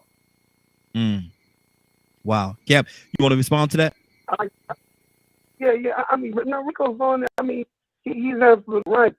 I mean, the male figure is most certainly absent in these single parenting homes, but a bunch of women, man. I mean, there's no question about it. But however, there are also men of influence, and he don't have to be a member of the family. He could be a coach. That young man may have a coach that he respects. It may be the barber. It could be the barber. The barber may have his respect. It has to be somebody that has some sense of influence that young man respect or fear. And so you have to, it could be the pastor of the church. It could be the deacon. It could be somebody else's uncle. But utilize what you can utilize of that male figure influence. Like I said, he may have a mental problem. It's just out of anger, he just lost it. And there's a lot of that going on. But I do believe that we have to build the home. I hear you, Rico. You're right. Some cases, it's the male that's putting his hand on his woman, on his wife. So, but I do agree that we do need to find somebody in that young man's life that have influence. It may be a local rapper, I don't know. But we have to bring them to the table of conflict resolution, because that is called nonviolent crisis intervention. I train that. How you deal with that. But you find somebody that has some kind of influence on, and it don't have to be a male. It could be a female. It could be a grandma. It could be a lady, a teacher that may, can I talk to you? But one thing we don't want to do, and I want to say this to you sisters. When men are talking to your son, you can't be in the room because you're not going to like the way we got to talk to him and the way we got to talk to him. Because now your mother instinct's going to kick in. And then you're going to, wait a minute, see, that you got to stay out the room. Because men know how to talk to a young man. And you may not like the way. So sometimes, like I said, you're right, because they'll turn on you. But I didn't mean for y'all to do all that. But don't call me. Don't call me. If you don't want my response. Yeah. All right? So that's what I would say. We got a lot. I'm looking at the faces on here, man. We got hold on, we go. I'm looking at the faces on here, man. We got a lot of things going on, man. We got Toya shaking her head, no, got Ryan and Rico and Mr. Hicks. I'm over here, even though my cam's not on. Yeah, exactly. Well, let me go follow up behind that just for 1 second, because I saw what Toya was doing. And see, this is why this makes sense what she had to say. And this is gonna be sort of like referring to what's going on with my situation. You know when Navy said something earlier about sending the counselors to the home, and then the parents saying, "Okay, I don't want them coming into the home." She said, "I'm gonna get a court order and send them anyway because something ain't right." Yeah. See, and what happens is the same thing that's happened with my son. And the same time when a woman will refuse that intervention, it's because when the person that comes in and intervenes come to solve the problem, they find out that the mother is the problem. Exactly. And the mother knows that they're the problem, so they'll refuse that behavioral specialist to come in and really help, because then that means now they're going to expose that I'm the one that needs to change. Exactly. Yeah. Stay right there, Rico. Let me pull some more people in. You and our captain playing tennis for a minute. We got to pull some more people up here. I want look at Toya. What you talking about? That's right. Look at That's right. Rude as hell. That's right. Well, that was actually directed at Toya because she was the one shaking her head. So I'm gonna finally start speaking up for it. Rude as hell. Well, it was rude, but it was directed at you because you were shaking your head. The question was, we can shake our head, but the fact of the matter is, we know it's 11 people on here. I be wanting to say a lot of stuff sometimes, but I pause because some of y'all haven't went. And just because I said something, some things I'm going to refrain from because I don't want to be rude as hell to y'all. But it's okay. It's all good. So my comment was, I'm a rough speaker for a woman. I'm an abnormally strong woman for a woman. And I speak rough. So when it comes to some men, I'm saying some men. I'm not talking about a real man. I said some men don't need to have conversations with guys. I done seen no good men who are not good role models. Yeah. You can't allow them to talk to your son alone. Wow. So the fact of the matter is the caliber of people that we're dealing with. The reason why you're having a specialist come in, because the specialists understand communication. Because the specialist can point out things that you cannot. We're so busy trying to put something in a man-woman perspective. It's not about that. It's about who's right. And you don't get to come and dictate what I done said or what I done did because you think you a man. Because I'm going to tell you, I'm going to say it again. I'm more men than a lot of men that walk this earth. Straight up. And certain things that men don't do not right just because you a man. So let's be 100. If we take time to get to know these people on both sides instead of waiting 17 days to screw each other, half of these problems will be obsolete, for one. For two, if we take time to get to know ourselves and learn decent communication skills, with some of us, we can't communicate with our spouses. Now you got little yous running around. You think you're going to control a little you running around when you can't. You let them grow up like weeds, and then you want to take some man that ain't been around for 12 years, ain't did nothing for and say, talk to my son. Look here, boy, what you ain't going to do? Man, if you don't, man, listen. I've been the only man up in this household for the last 10 years. And you think you finna run up in here and tell me something? Come on with the jokes. Let's be 100, y'all. Let's be 100. We keep giving power to people who don't have power because we misused it. Listen, I got 7 nieces and nephews and a lot of them, 17. A lot of them wouldn't deal with their fathers, but I promise you they fear me. They don't fear me because I'm a woman. They don't fear me because I'm their auntie. They fear me because I took the time to teach them everything that I knew, that I told them that I love them. They know I'm going to die for them. They know it's the expectation. They know it's the standard. And this is what we go through all the time. My oldest is 36 years old, and he know if he ever in his life raise his hand at me, he'll tell you for himself, I got to make it to the door because auntie told me when I get this side, she running me over. So at the end of the day, this is not about man or woman. This is about right and wrong. We keep getting off track because here we go. Now the women, I can't do nothing without a man. Boy, I will body you. I need a man. He's not listening. Yeah, I got your listen. I got your listen. Oh, Jesus. Please let me go after her. The picture gonna be up there.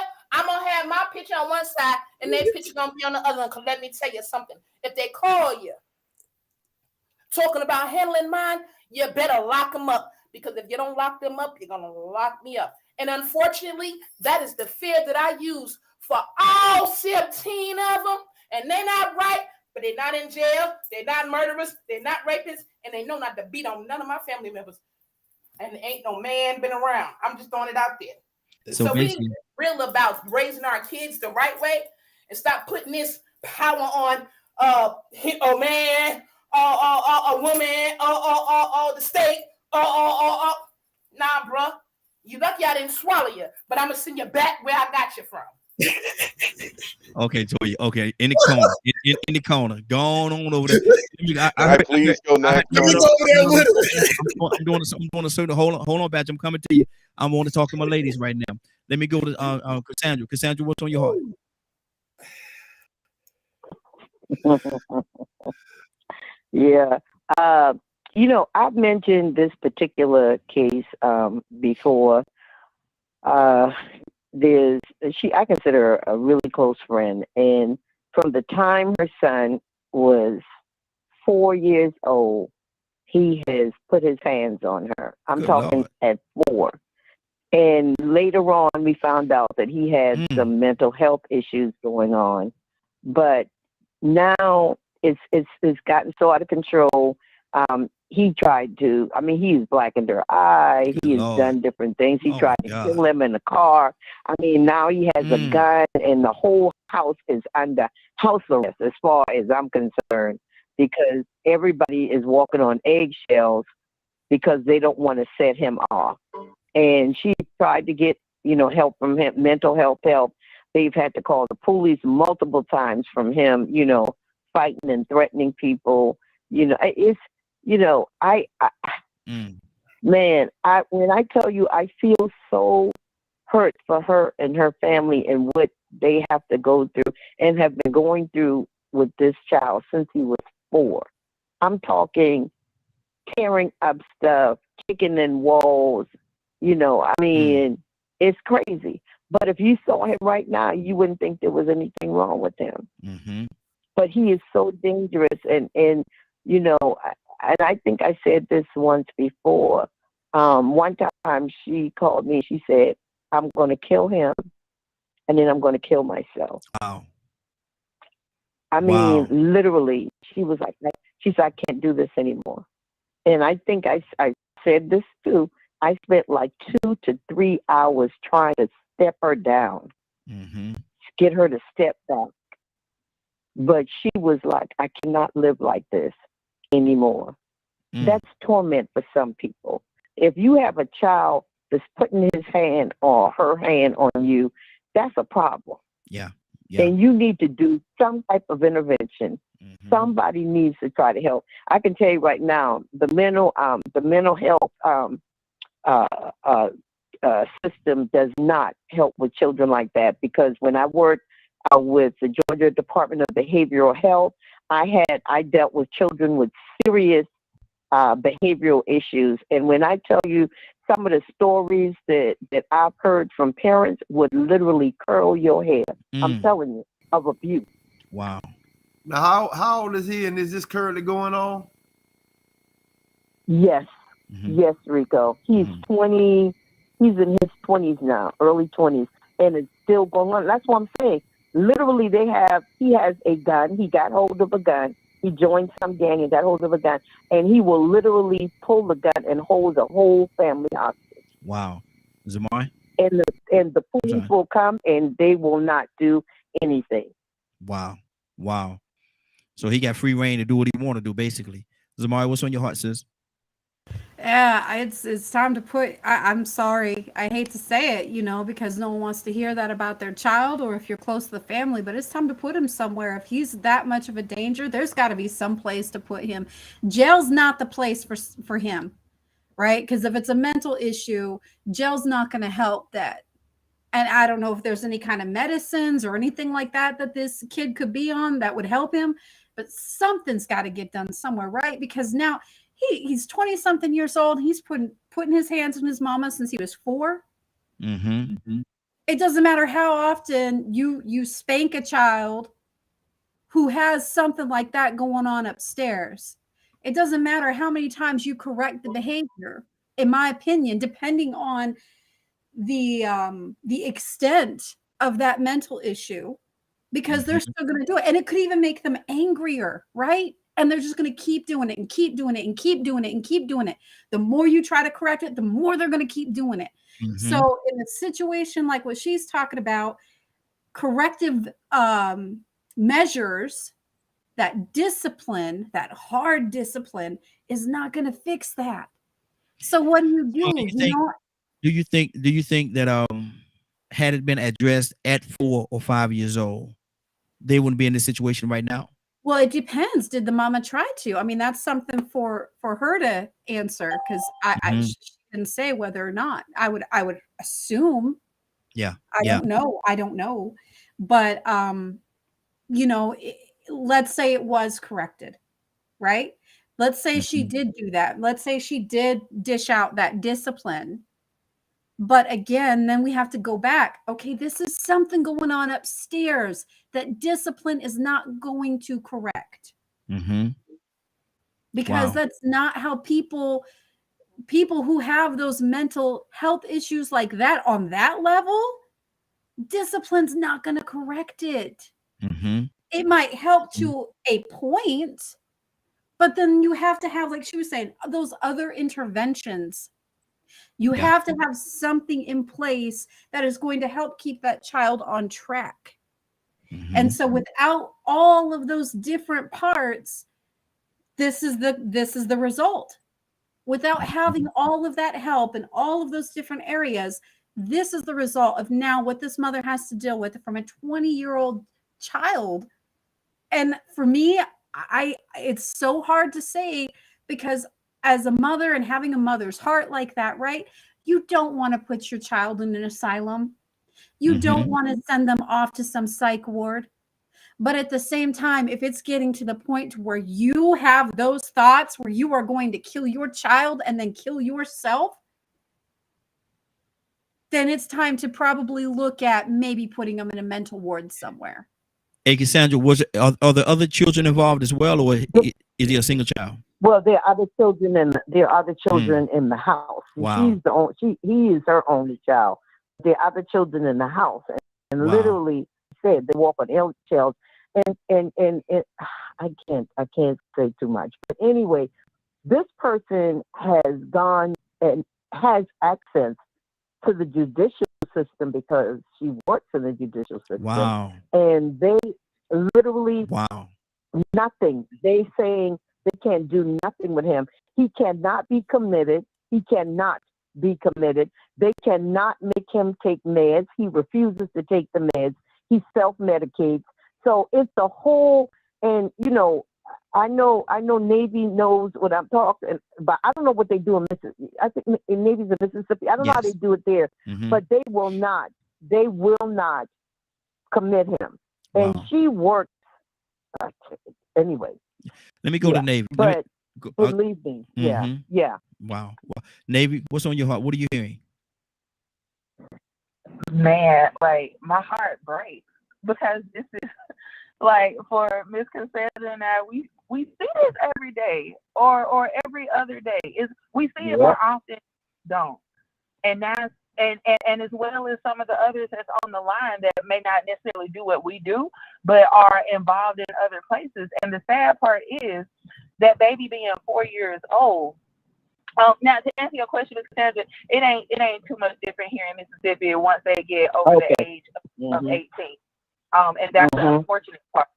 Now there is something to where they could possibly go to Chancery Court and get a I forget what it's called though, maybe somebody can help me with it, to where they can be committed, but you have to jump through so many guardianship. They have to get guardianship of them. To do that, to where people just get frustrated with it. And then when you think about the other exposure that they can't have, trying to find a good inpatient facility that's longer than 14 days. You know, we have a handful of acute mental health facilities here on the coast, but when you're talking about long-term residency, then that is so far and few in between. You may literally be several states over before you can find a good facility. And when I say good, I mean like to where I would trust any of myself or my family members to go there, because just because they have star ratings and you see them all over the place, the advertisement is good, but the facility is trash. Yeah. And it's whenever you're looking at a 4-year-old that's going through something like that. Now, I'm on my way right now. I do observations at a early Head Start, and we see some of these same behaviors in early Head Start. And what my job is to do is to put interventions in the home to help the family, not just the child. Because if we healing the child, but you still putting them in an environment that made him sick, then what you think gonna happen to the kid? This ain't just a kid issue. And I have to be honest, this is a generational trauma curse, whatever you want to call it. A lot of times when you look at the way that kid is raised, you look at the way mama talk, you look at the way grandmama talk to mama, you look at the way great grandmama talk to mama and grandmama, then you see, or even with the absence of the father, or how that father was raised, it creates a ripple effect. And I can't effectively do my job to keep your kid out of the grave or out of an asylum if I don't cut out the core. And if you're not willing to deal with that, like I'm going to have this hard conversation, and I don't sugarcoat it, because you got two options at this point. Either you, and I hate to push my weight around like that, but I'm here to not only save your kid, but save you as well. And that's not coming from like a superhero complex or a God complex or anything like that. But let's be honest, we know what happens to our black kids once they go into the system, what's going to happen to them. And I can't have that on my watch. Not if I can help it. Yeah, that's good. That's good.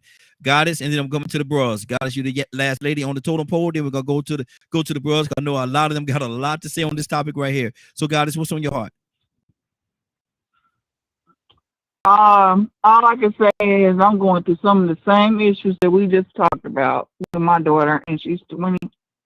She's 26. She'll be 27, and been a great kid. But she's been hanging out with them little rich kids, and she's a trust fund baby too.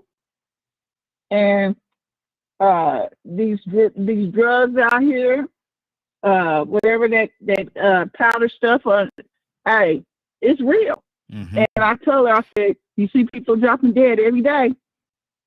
Yeah. You see people dropping dead every day because it ain't about just that, and it ain't where you can go. Just do something.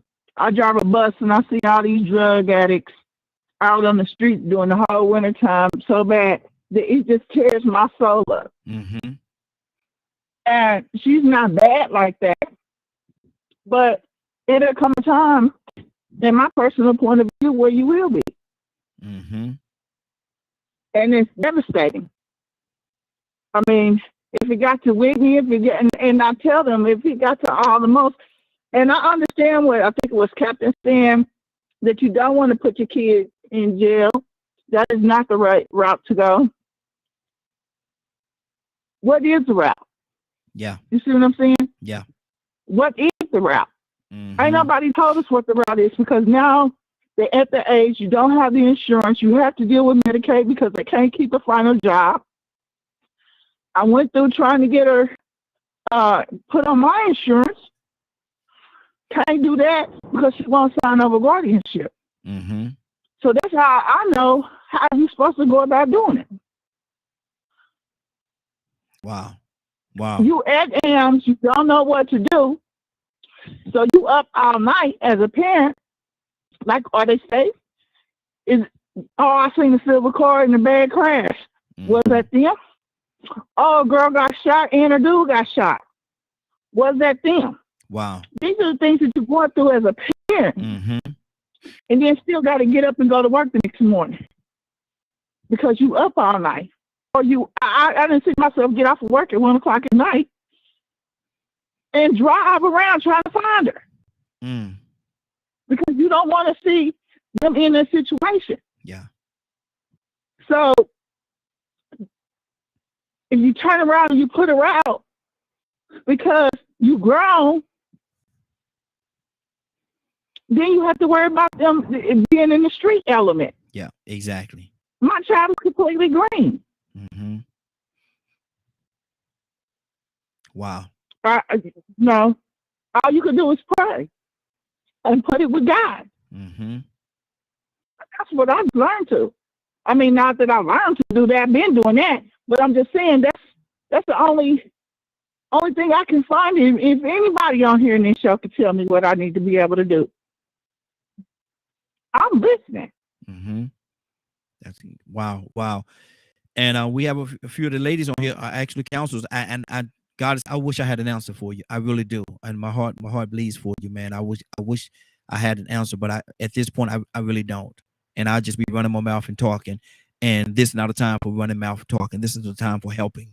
So if Cassandra or Navy, if you know something, that's your areas of expertise, I yield time to you. Wow. Miss Goddess, I wish I could give you. I really wish that I could provide an answer across the board because it's not. There is no magic answer to it, y'all. Mm-hmm. And I have to be very transparent and very honest. And that's from a professional standpoint and understanding being in that situation, having family members as well that's in that situation. So I feel you. I 100% feel you. And it's the most disheartening and defeated feeling whenever this is your field and you can't find a solution for it. Not a long-term fix. Mm-hmm. I mean, you've tried putting them inpatient. You've tried that route. You've rallied the family members around. I honestly wish that I could give a cookie cutter answer to solve it all. But the only advice that I would give is just do what you can do, but the rest is up to them. Mm-hmm. When they get tired, they'll get tired, and then they'll figure it out on their own eventually. But that's the scary part, because if they don't figure it out on their own, then I got a question. Do you allow them to continue to disrespect your home, come and go when they please? I don't think so. No. No. I'm not saying that at all. Not at all whatsoever. No, ma'am. That's not what I'm saying. I didn't. No, I'm asking you. I mean, you know what I'm saying? Do I say, hey, give me my key? You want to be out there in the element? That's where I'm at now. Does she understand boundaries? 26. Does she understand boundaries? She understands boundaries. So if you say I didn't knock her out, I mean, I'm literally that type of parent. Like, I ain't going to play with you. Mm-hmm. So she understands if you say be in my house by a certain time, be in my house by a certain time. She do that, but when you on a drug or whatever, it don't. You have don't care about nothing. Yeah, exactly. Go ahead, Navy. Rehab, are y'all, is she willing to go? Well, not if she's willing to go, but have y'all tried rehabilitation? I'd like to get a word in, please. We've tried. We've talked about it. I heard taking the initial step. No. Wow. So I'm gonna be very transparent and honest with you. I feel like at this point it shouldn't be a choice if she's going to go. That should be something like if you, I don't know what state that you're in or what have you, but I will go to my courthouse and I will have it drawn up to where I am committing her, because at this point I will look at it as she's a danger to herself and to others. And that's and for me, and Miss Cassandra, please like tell me if I'm saying it wrong, but for me, when it comes to the safety and well-being for her and what she's capable of if she's capable of hurting herself or capable of hurting you, then I feel like that's your green card to pull. That's your trump card for the most part, because if not, then she is going to end up dead, or she will end up hurting you. But So the problem that's is, the most important thing. Wow. Cassandra, you wanted to say something? the problem is that she's not at that level. Like, she's not violent, none of that. But you can't wait until it gets to that point. You don't want to wait until it does that point, though, do you? No. Yeah, exactly. So yeah, I can go with that. Yeah. And then I could try. Okay. I would try that, because you're right. Yeah, you don't want to wait until it gets just spiraled totally out of control, and then there could be no coming back. At least right now, there's a point where she can, hopefully you can grab onto her, and it can grab onto her and bring her back. Because once it spiraled out of control, man, I've transparent, man. I got a couple of family members there that drugs took them out, man. It took them out. That's just truth. Ain't number one truth. I'm here to tell it. It took them out, and then we lost them. Because they got so far and so deep into that thing, man, where nothing else mattered. Nothing else mattered. I had an aunt, man, and God bless the dead, man. But she was in the hospital trying to get somebody to bring her some crack while she was in a hospital bed, man. That's how serious that thing is. She in a hospital bed, man, trying to get help, and she calling people trying to get them to bring her some crack to the hospital. Oh, man, I found out that, man, and excuse me, y'all, but I cussed them out right and left. Told them if they did, and y'all can finish the sentence. If you do that, and y'all finish the sentence, I want to finish the sentence. But they understood and they did not do it. Let me anybody else, ladies, and I'm going to go to the bros. I know they got a lot of things to say about this situation, but any ladies and y'all got anything else to say? Okay, let me go. We're gonna go in this order right here. We're gonna go Badger, Donald, Ryan, Mr. Hicks, Rico, and then we got Leonard with us as well. We're gonna go to Leonard. So Badger, what's on your heart, bro? Talking about all the things we're talking about, I've seen the situations where the mother was abusive, and the fathers didn't know how to deal with it, so they just stayed away from home. That was my childhood. Wow. Dealt with a mother that threw me against the wall and all kinds of stuff. But I was taught never to, speak against my mother because of, my father made sure he taught me that. So I just, it taught me to just sit there and take it all and never say a word. Never report it. Just take all of the abuse. Wow.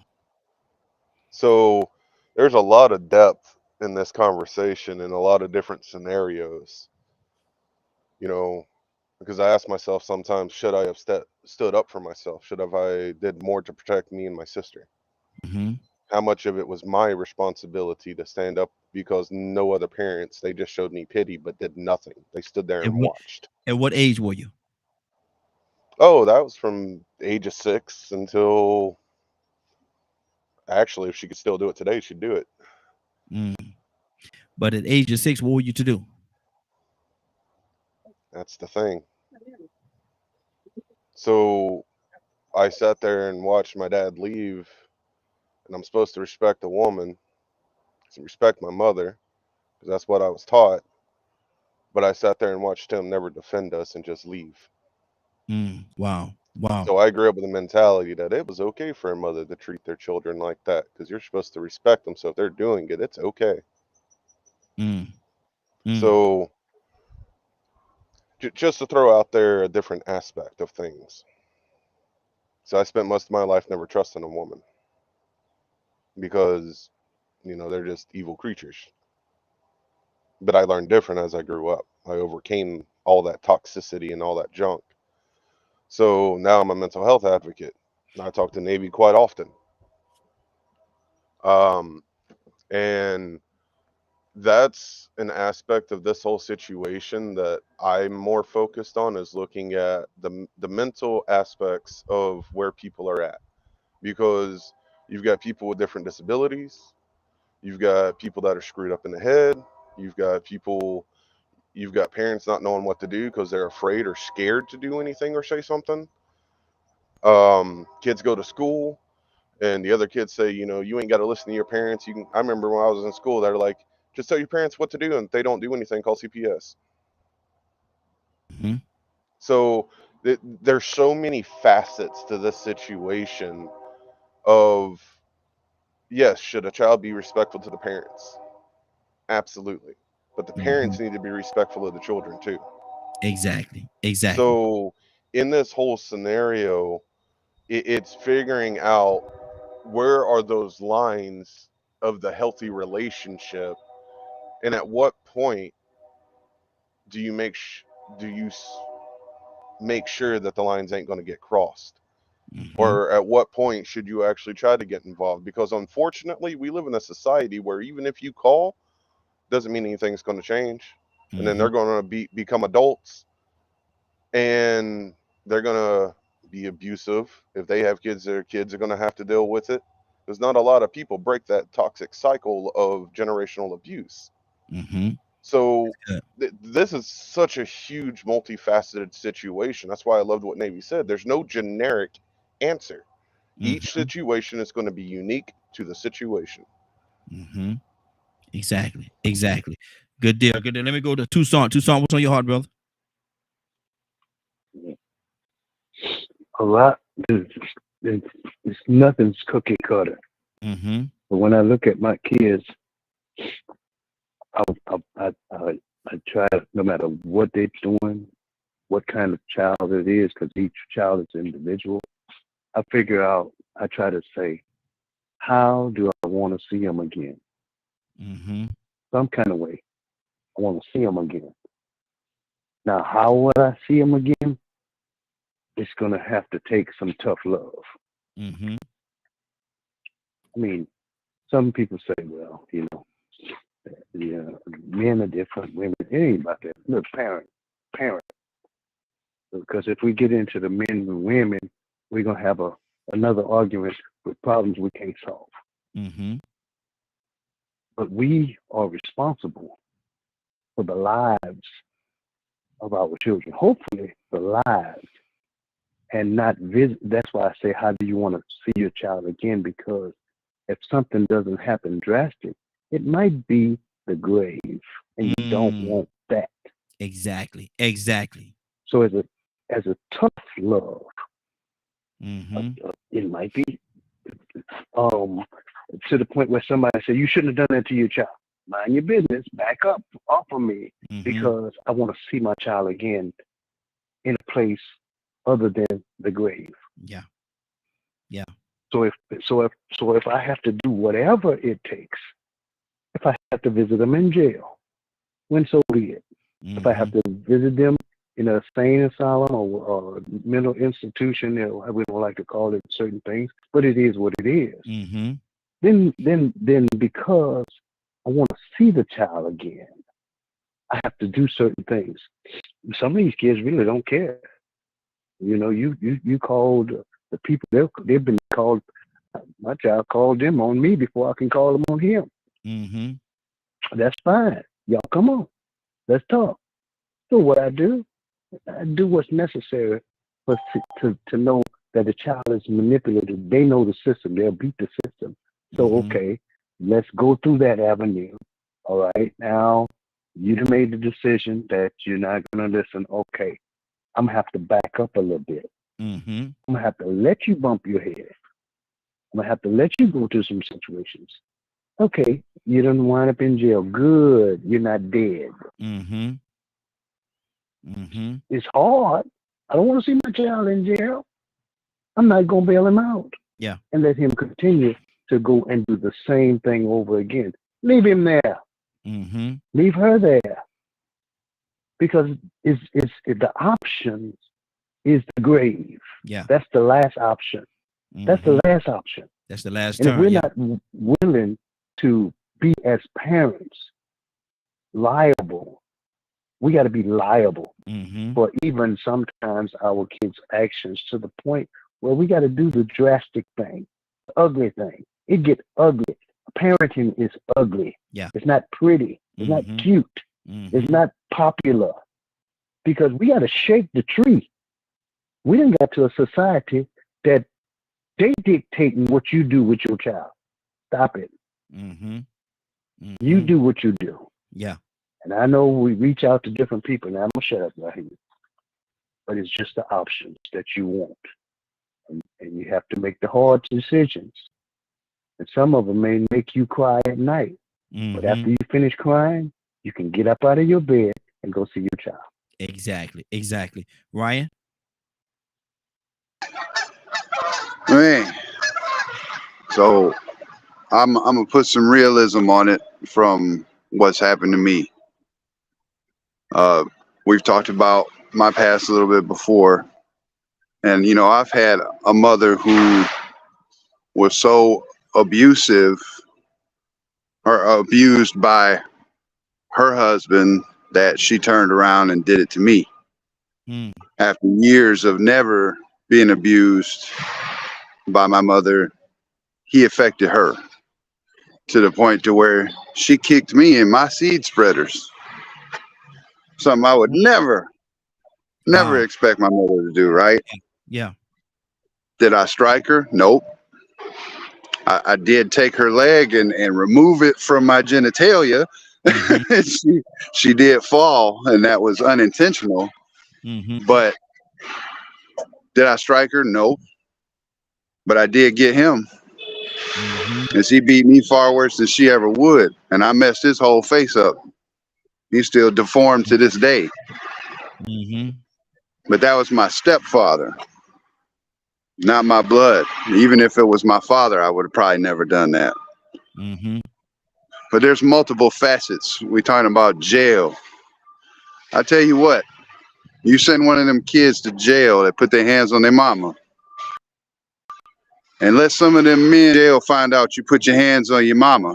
Yeah. There's going to be some quick village treatment, and you go home and kiss your mama's feet, because if you don't, they're going to find you. Yeah. Trust me. I've seen it happen. When I was a CO, I seen it happen. That's another avenue. That's not the one you want, but if it's got to happen, it's got to happen. But I like what Cap said. If you got a dysfunctional male in your family who's putting their hands on anybody in the family, take them out back. Show them what's what. Show them how it feels to have hands put on. Sometimes it has to come to that. And I know that's a hard pill to swallow. But like Toya said, these kids out here today, they ain't caring about nothing. Yeah. Nothing. It don't matter. They come in here where I work every day. Hey, man, let me show you something. You made an error right here. And I'm cool, calm, collected, not judgmental, not accusing them. I take them and show them in the kindest manner, and they want to buck up to me. They don't care out here no more because we've lost our way.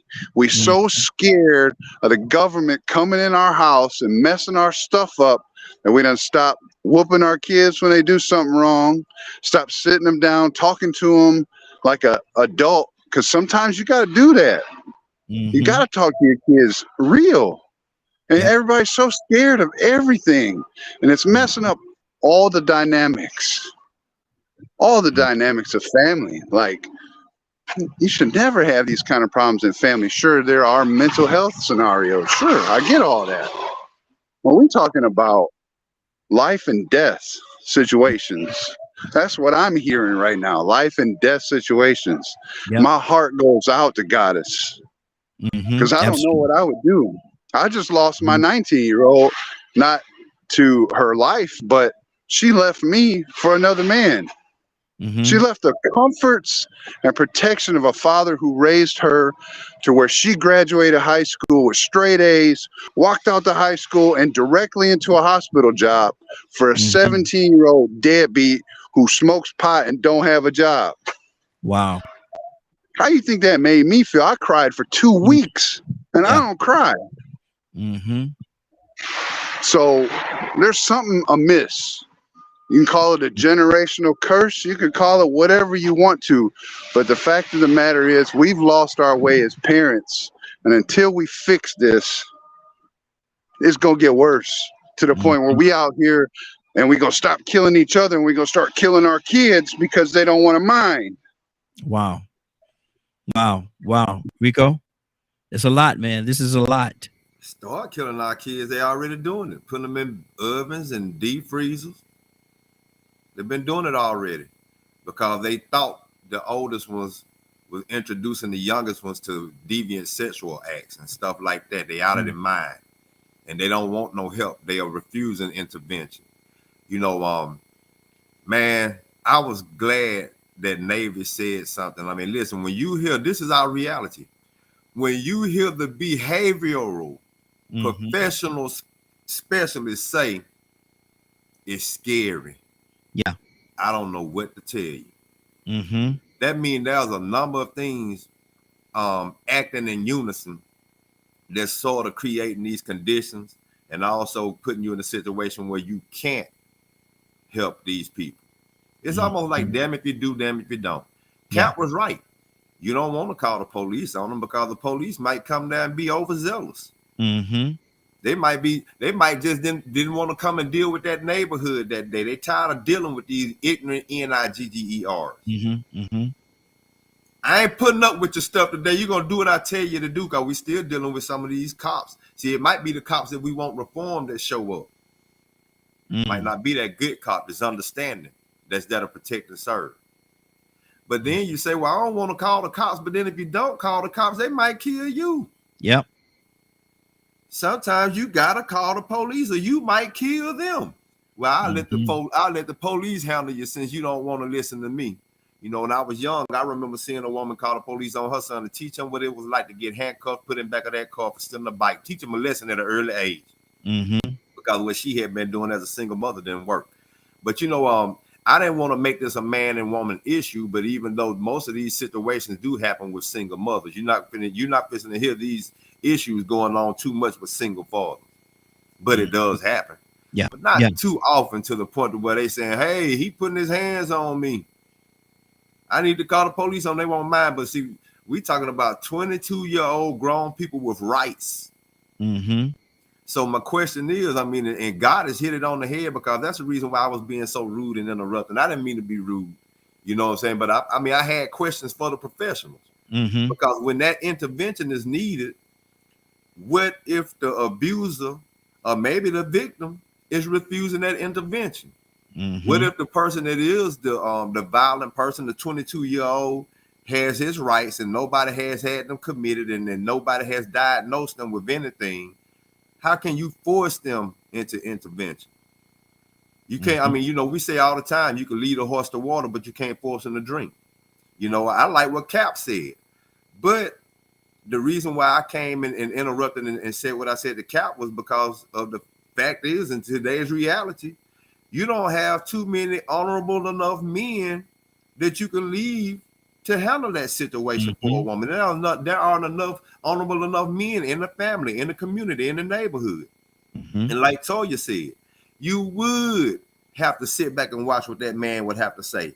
That's if you don't choose an honorable man to do that. So, I mean, I hate that went in that direction because Toya was right. But hopefully that woman wouldn't choose Pookie. Exactly. To come sit down and talk to her man. You get what I'm saying? Hopefully she wouldn't choose Black. The one that's out there. You see them niggas out there on the corner. You need to go talk to them dudes out there on the corner. They being real mean. You see they got some money. He got some money. Look at that car he driving. I don't care what he doing. He hustling. Well, all these dope boys come up in here. I mean, as long as he making money, it makes sense. This is the reality we live in. Some of the mothers that's raising boys, that's looking up to men that tell them that it don't matter how you get the money, as long as you get some money. It's all about survival. That's everybody's mindset. So you got all of these things compounding on each other. And some of the people that's complaining about their children are the ones that's programming them to be that way. So now what do you do when you say you need intervention, you need behavioral specialists to come in and talk to your son, and then that mama be like, well, I don't think I want them to come in because now all this stuff I've been saying about his dad and about him being the problem, they gonna see that I'm the lazy wench. They gonna see I'm that thought. I'm that bad mother. All this complaining I've been doing, and then that might lead me to have to start doing some things that I didn't want to do in the past when he was 4, 5, and 6 years old and needed this correction, and I was blaming everybody else but him. What do you do? The system is set up right now to where you can't do anything if you don't catch it at an early enough age. Absolutely. So, I mean, man, I love that Cassandra and Navy, as professionals, are on here to answer these questions. Now it's up to us to actually look and see how deep it is and know that, it, like Donald said, it's not cookie cutter. And we are in trouble when you hear professionals asking us questions of what do I do? Exactly. 508-924-3521. 508-924-3521. Captain Leonard. Good morning. How you doing this morning? Good morning, Raheem, and the Morning Glow family. Hey, good morning to you. What are you hearing in this situation? You heard the scenario about the young lady with her son? I think I caught a little bit of that. Dealing with somebody who let me catch you up to speed. May or may not have mental issues or something like that. No. Well, that may be a part of it as well. But what we're talking about is a young lady. She was on a show, and she was talking about, she was physically upset. You could tell she was very upset. She was talking about her son. Her family is angry at her. Her family is angry at her, and the reason why they're angry at her is because her teenage son that lives up under her house dabble in drugs and things of that nature. But he took it upon himself to physically assault, to hit his mother. When he did that, she called the police and had him arrested. Now, because of the fact that she had her son arrested, called the police on her son, had him arrested, the family is angry with her. She's upset because the family is upset at her. What do you hear in this scenario? Well, first of all, the family ain't offering no help. Who cares how they feel about anything? Because they're not going to take the responsibility. So somebody else's feelings mean nothing to me if they're not taking no responsibility. Shut up. Keep your opinion to yourself. If you're not going to do nothing, if you're not going to help, if they offer the help, can he come stay with them?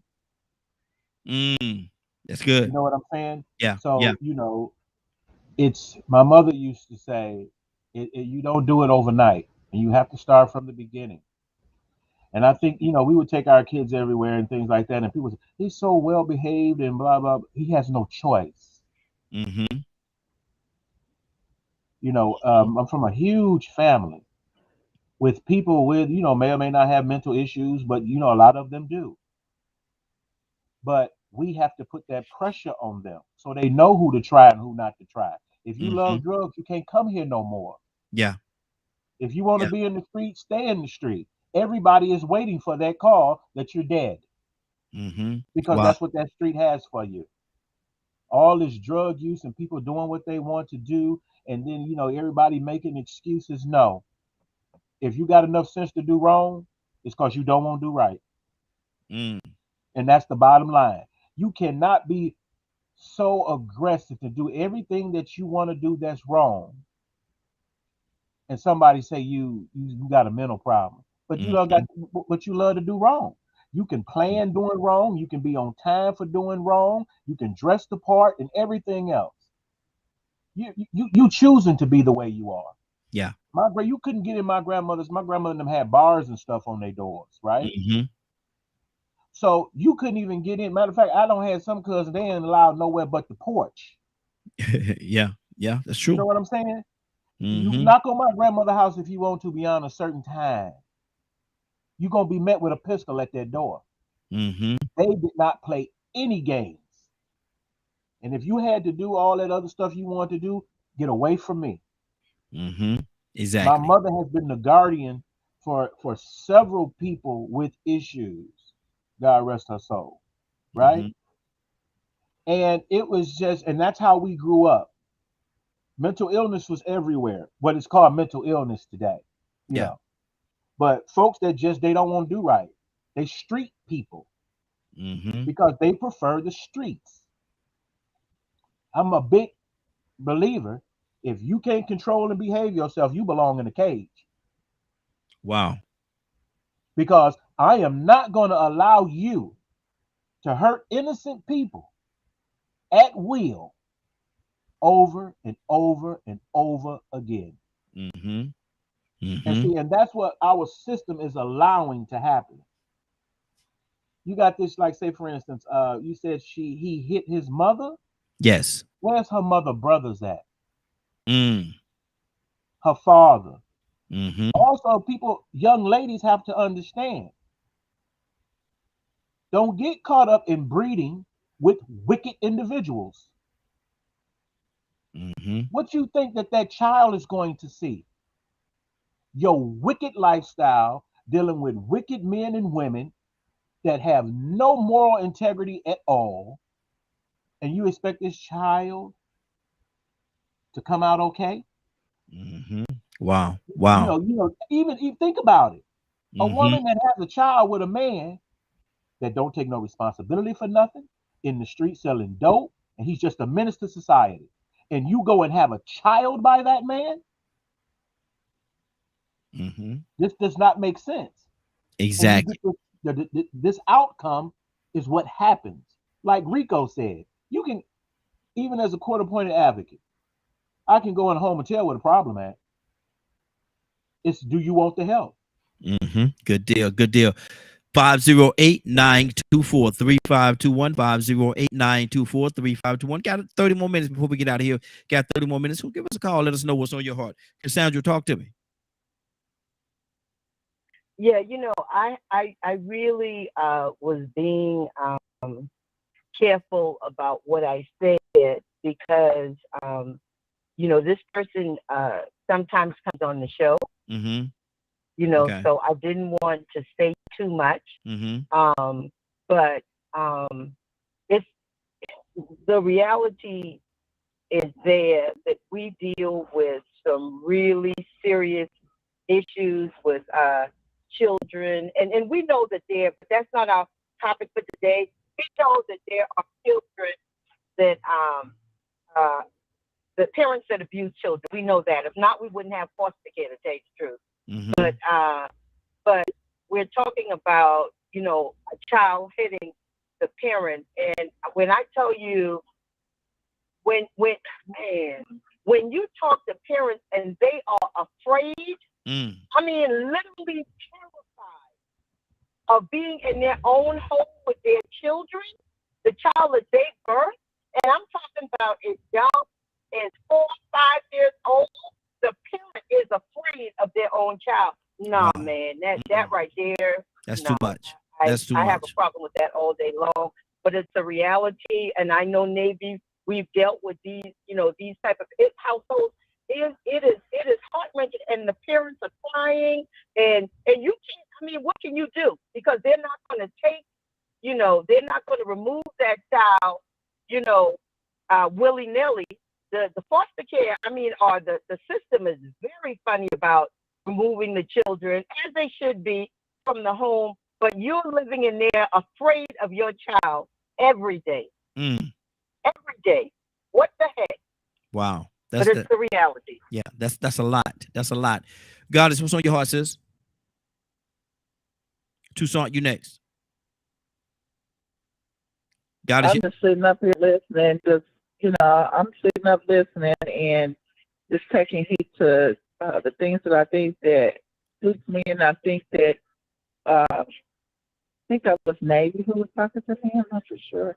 I think that was Navy who was giving me advice or whatever, and I am going to proceed on that matter and try my best. Say, hey, they presented it, and I'm just sitting up and looking at ways how I can, when I present it into court. Because I'm looking for the paperwork, making sure I got I don't have the guardianship, but I got the other paperwork.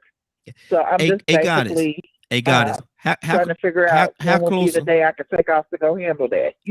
Goddess, how close are you to Texas? I'm far from. Well, I'm in Kansas City. I'm in Missouri. Okay. Kansas. Because she said there was a place called American Addiction Center, and she said it comes very highly recommended. I told her that you was actually in Kansas. She said the closest one to you is in Texas. Okay.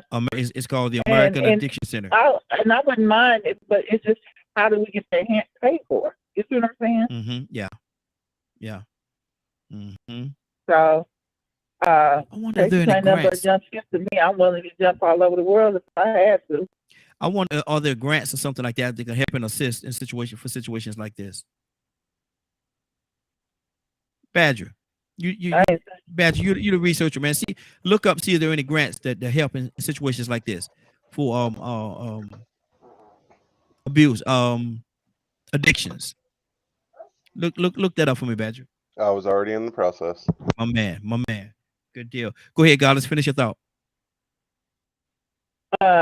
Yeah, and it's just trying to keep my sanity Mm-hmm. and keep it moving and not allow her depression to get into mine. You know, I know she was in that car wreck and she lost her child in the car wreck. So I don't know. I'm sure that postpartum depression is part of it too. So, you know, just seeing what level that I can make sure that I'm staying sane and not allowing her to pull me down as well. Exactly. That's really key. Hang in there, sister. Know that if you need any one of us that's here, we all are here for you. We all are here for you. So just know that. Thank you, Morning Will family. Absolutely. Tucson, what's on your heart, bro? The thing about life, it has physical, emotional, spiritual, intellectual, and any other type of emotion involved. And life will cause all of that to happen. Mm-hmm. That's why you need the right people, the right place, at the right time to do the right thing. The right thing might not be the popular thing. Come on. But it can get it done. Not all the time. Mm-hmm. It's not nothing's promising, but you can at least try it. Yeah. All of it. Mm-hmm. The professional, make sure that you have somebody professional involved, because you can't. I'm just saying. Love the Lord. He heard my cry. All that. Mm-hmm. But everything ain't spiritual. Mm-hmm. I'm telling you. Come on. There's some things that are physical that you got to handle them in a physical way. So you can pray all you want to, but when you get off your knees, you better have somebody that knows and have had experience, that has at least an avenue that you can go to seek out. For they study this, and that's their job. Mm-hmm. You can't always go to Pastor whoever. He trying to fix his own stuff. He got some stuff. He got crazy kids too. Yeah. I'm not saying crazy kids, Mm-hmm. but he got kids that does some stuff. Mm-hmm. But if you have all of that, then at least you got a you know, I'll talk to it. Can I say it right here? Let me say it. Go ahead, say it, brother. I'll listen to a jackass. Hey. Because he might have something positive to say. Mm-hmm. He might be warning me for the danger that lies ahead. Mm-hmm. For the things that I can't see. Just listen. Mm-hmm. I'm telling you. I see how you threw some scripture in there. Yeah. I see you threw some scripture in there, but yeah. go ahead. Oh, really got to be. That's what I'm saying. Yeah. You have to have everything. Mm-hmm. Everything. Life, you're a physical and a spiritual being. So why not have physical and spiritual as a point in your life? Mm-hmm. You went the wrong way. I had a brother that the next thing I knew that he was putting a 2x4 inside my arm because I had to block my head with my arm because he had hit mom. Wow. And I don't care who you are, and I don't care what mental state you are in. I don't care nothing about that. You hit mom. Yeah, that's all I see. That's all I see. Yeah. So what I'm saying is he had an issue. He grew up with something happened. We didn't know. We still don't know. But the thing about it is, we had to deal with it on a physical standpoint, on a spiritual standpoint, and a mental, All of that was involved. Because when you at the point that you're willing to smoke anything that burns. Yeah. Exactly. Keep this And thing. anything that caused you to do something to your mother, you got a problem. Absolutely. I want to tell Goddess something real quick, please. You got something? Hey, Goddess. Is she there? Goddess, you there? Yeah, she's still there. She having a problem. But she about to step away for a minute. I'm here. Okay, go ahead. Check your Facebook Messenger, sis. I hooked you up with some things I found. Okay. Good deal. Cap, what's on your heart? Zamari, coming to you next. Thank you, bro.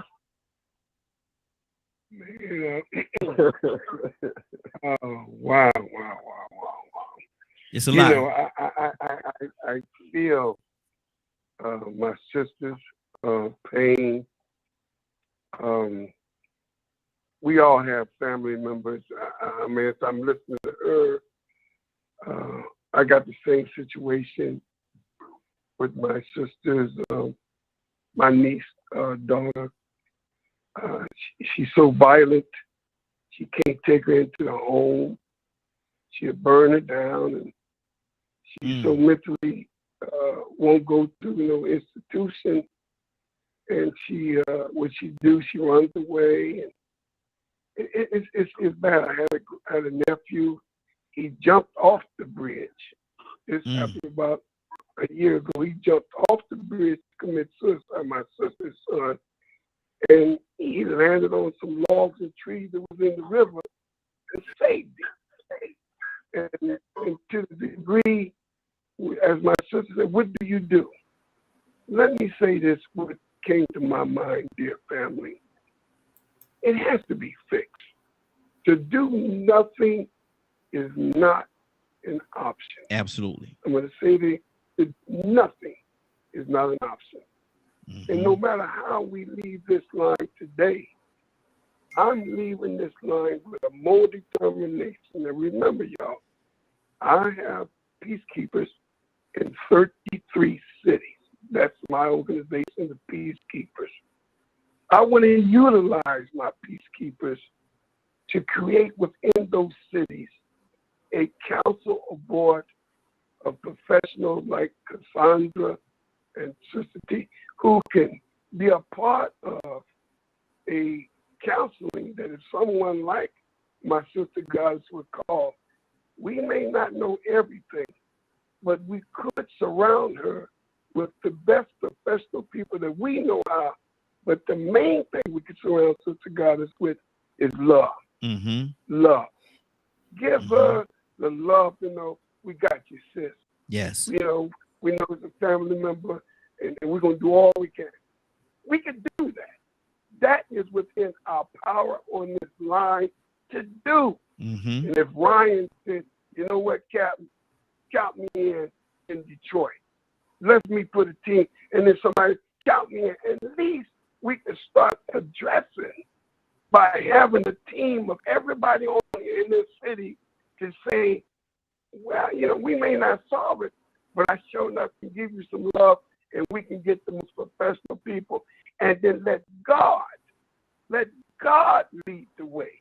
Because everybody on here are God-fearing people. Yes. And if God see us trying to do something, the Bible said, when 2 or 3 gathered in my name, there I am. So I believe this touched me that I will address the next time I have a board meeting with all my peacekeepers about putting together that kind of team in that city that would address. And we're not mental health specialists, but we know mental health specialists.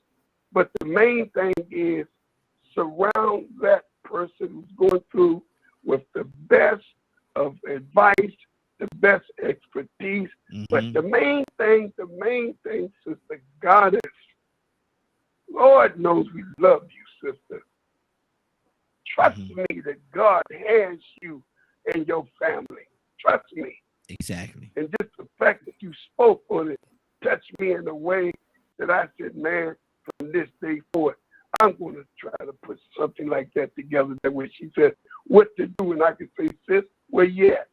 We got a team right there. Yeah. And we can give you love and give you service. That's what's on my heart right here. Good deal. Good deal. Zamari?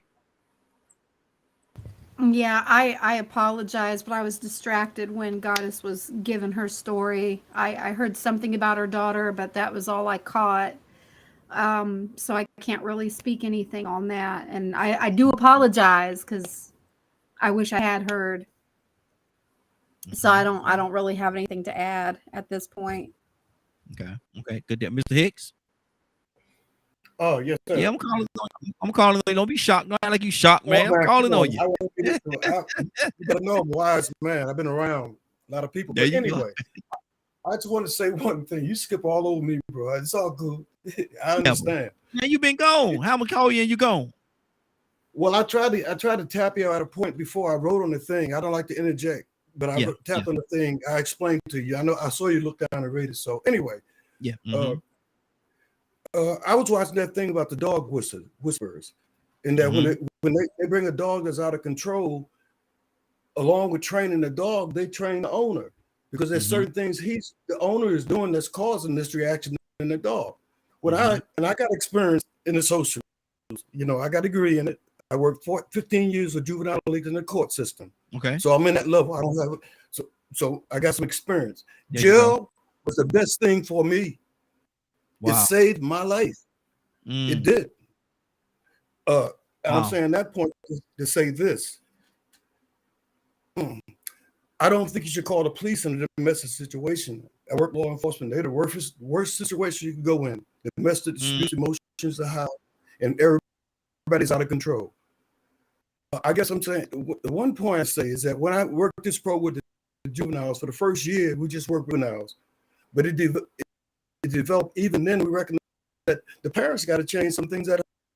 So the second part of the program was the parents, and the parents came in to let them know what we were dealing with in the group sessions, so they can pivot off that. Had great success.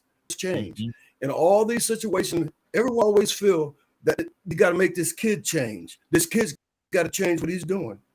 They both, the parents and the children, got to look at themselves honestly and address some hidden things. I mean, kids see parents lie. They see their parents accept. They don't have respect for that. So when you get home and you start pointing these things at the parents, you really, it's really like you can't work with the child by himself. You got to work with the parents. You got to work with the caregivers. They got to change some things that they're doing, some things that they're thinking, because kids pick up off not just you saying, everything you do, and they feel your energy. So, sister, you got to teach the parents. Change. They got to change. See, that's that wisdom. That's that wisdom. I didn't say it to you. I don't want you to hear that your head already big, but that's that wisdom right there. And I'm gonna keep it moving. Look at your head already big, so I ain't gonna say no more. I'm gonna leave it right there. I love you. Rico, I love you. I love you anyway. I love you too, brother. Yes, sir. Yes, sir. Rico, what's on your heart, brother? Man, I agree, man. That's what I've been saying in the chat box with me and Zamari going back and forth about that positive example and that consistent. You know what, man? From the minute we're born to the day we die, our whole life is going to be built on cause and effect, consequence and response to something that we did, and learned behavior. And the thing is that what I'm hearing. Not just in this situation, because I'm in the same situation too. The part that y'all are hearing of what I'm going through now is in order to prevent the latter part, because I see where it's headed. When he turned 22, I'm going to be Goddess if I ain't careful. I'm going to be the one with him on my t-shirt, or I'm going to be the one sending commissary. Yeah. If I don't stop it now, and see, there's still a system in place to sort of preventing that, but there's a culture, there's an existence. The way we exist right now pretty much makes it hard for you to be a consistent example. I mean, I look at the social workers, I look at the mentors, I look at the coaches, and I realize that if you give them 2 to 4 hours a week, and then you give them maybe 40 hours a week in school. That's 44 hours. They still got 128 dysfunctional, deviant, confused hours of influence going on around them that they got to survive in. And it's in these conditions that you have to survive in, sometimes if you can't beat them, you got to join them, or you won't survive. Or you'll be traumatized because somebody always beating up on you and bullying you because you won't conform to that negative behavior. So what I'm seeing is all these conditions really show me that the reason why they exist is because the village don't exist no more. Ain't no more we. Where the brothers at? Oh, the brothers minding their own business. Donald said something key. Pastor got his own problems he got to take care of. Yes, Lord. Now, why Pastor got these problems? Oh, because Pastor might have to have 5 or 6 sources of income that he got to hustle out here and get, and he ain't got time to sit back and to supervise, mentor, protect his children and his family from all these other outside influences that not only exist, but have multiplied. So since the village has dissolved a little bit more and got more concerned with trying to be involved with self and provide a way to have an income to survive and get not only the necessities, but the luxuries that we desire and want so bad, we leave our children vulnerable to all of these outside influences that make them feel like not only is it cool for you to disrespect your parent, but you're smart enough to know that you can sue them and divorce them if you want to. Wow. Drew Barrymore did that a long time ago. That's a very smart person. But then who told a child that they could divorce their parents at 14 years old, become emancipated? Somebody fed that child that. And she may have been right in doing what she was doing, but at the same time, she was exposed to that information, and she probably caught her parents off guard with it. What you mean you want to divorce us? So in today's time, man, the conditions that are needed for us to sort of prevent all of this dysfunction that's going on has been dissolved from the necessity of survival and from the desire for pleasure, for wanting to just live and enjoy life, to experience the finer things. We have sacrificed a lot of the most necessary things that are priorities in just human existence. You know, the things that are natural. I mean, I brought it up yesterday. How unnatural is it for me to have to go through a court system to save my child from going through this when he's 22? And I've been fighting for this for 12 years already. I got to go through a man-made system and institution to be a natural father. And then these children have to sit back and they don't have a natural right. They don't have that natural right to be exposed or be protected from parents the way they need to because society's demands don't allow that. I mean, so the village is missing, man. I mean, the people we got babysitting our children while we out working, are they quality people? Are they honorable? What they teaching them? Are they really paying attention to them? Or are they out doing their own thing and just putting a video game in front of them? And you know, I mean, it's too much, man. It's too much distraction. It's a We're lot. not focused anymore. Absolutely. I done fooled around and I done gave them up to the wet. Now who are that? Gone. I'm gonna do this myself. No. So I'm shifting this stuff around. Hey, I'm Ryan. gonna work as best I can. Ryan. And then after about a year, I'm gonna get out of here. Ryan. Okay, there you go. Okay. Now who That ain't Ryan. That's Donald. Donald, what you doing, man? No, I thought they were Ryan. Okay, that's two stop. Go ahead, let Don go. Let him go. Huh? Ryan, go ahead, talking about retirement. Yeah, he talking about retiring, talking about getting out of the job. You know, he talking to somebody on the job, man. Donald got his own conversation going on. Ryan, what's on your heart, brother? Man, I really can't say any more than it's already been said. You know what I mean? Like, I guess really get in a situation. How can we get in a situation or be placed in a situation where we even have to deal with the idea, just the idea of a son abusing his mother? Just poor parenting skills is all I can say. I know, like, you know, my son and I, we have a really good relationship. He's only 8. But there's those times when kids, you know, they get out of pocket and they start arguing, and he'll go at his sisters and raise his hand or push one of them or whatever every now and again. Then I snatch him up and I make him look me in the face, and I'm like, just remember, I've taught you your whole life, you don't put your hands on women. And if you do that again, I'm gonna put my hands on you the same way, but probably worse. And he just you would have to see my son's facial reaction when I get him like that. Like it's like all of the little bit of color that's there drains out and his eyes get big and he's just like, okay, daddy, like, but it's all in love, right? Like I would never want to hurt my son like that. But I told my wife, there was a different a time where I was gone for about 6 months when we was moving from Tennessee back up to Michigan. And she didn't want to get on him because he's so soft and he's so sweet. And I told her, he's a man. Eventually, you're going to have to do this or he's going to run over you.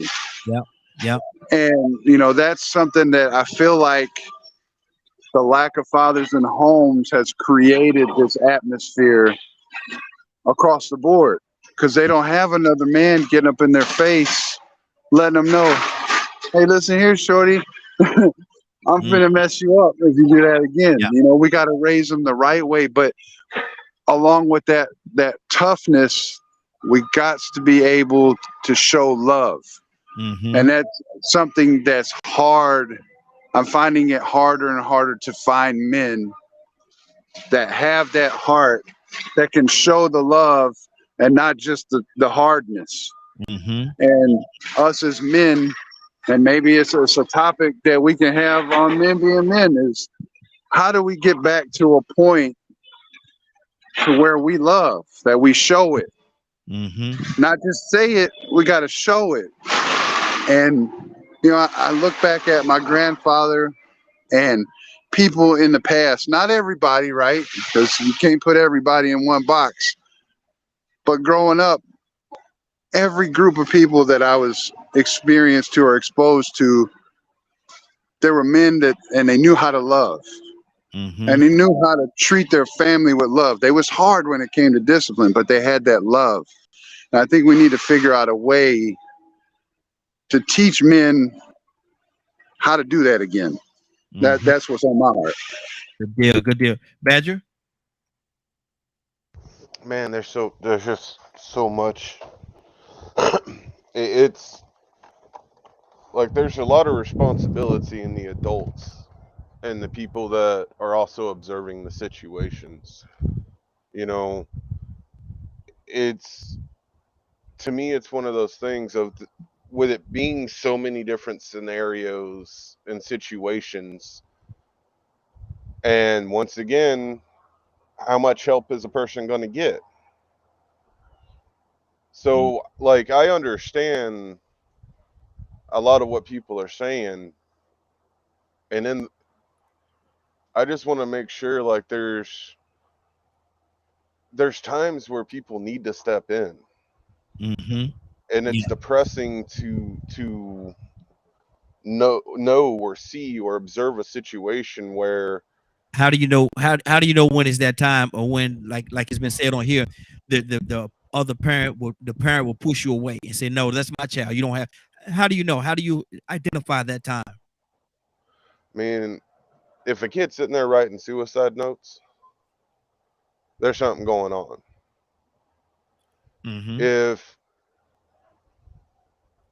If a child doesn't even know how to speak about what they're feeling or are afraid to, there's one thing of teaching your kid what stays in the house, what happens in the house stays in the house, versus there's abuse going on in the house. Because even if it happens at the home, it stays in the home, there's still those fine lines of, you can tell that it's healthy. When you sit there and you ask a kid, is everything okay? And they just bow their head and say nothing. You know, there are so many signs, and I just remember growing up just hearing everyone just, it's none of your business. Don't step in, it's none of your business. Over and over from so many different people.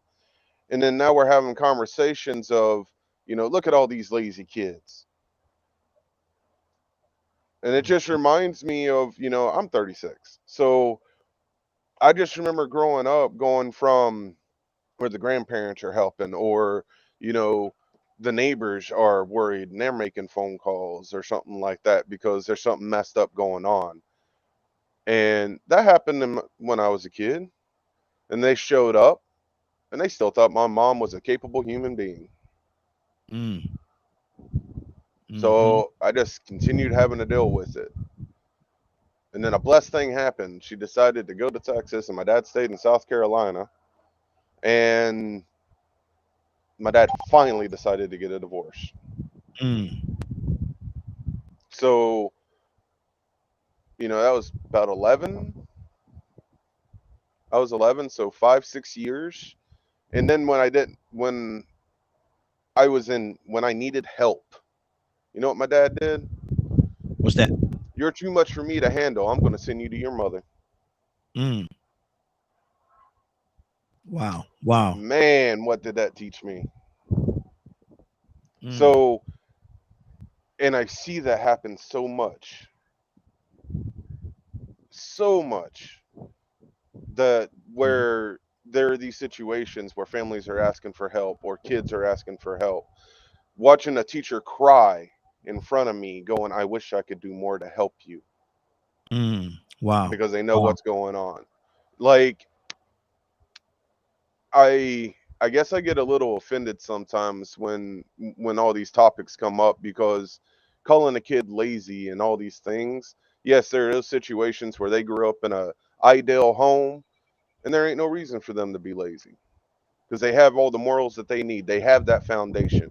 But what about the kids that don't have a good foundation and all they know is hate, anger, resentment, fear? Wrap it up, preacher. What about them? Exactly. Or just like most other things, you know, just throw the blame at somebody else and not actually step up. Good deal. Good deal. All right, Leonard.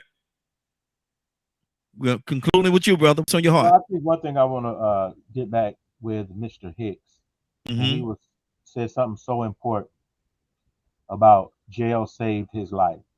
Yeah. I know a lot of brothers who jail saved their life.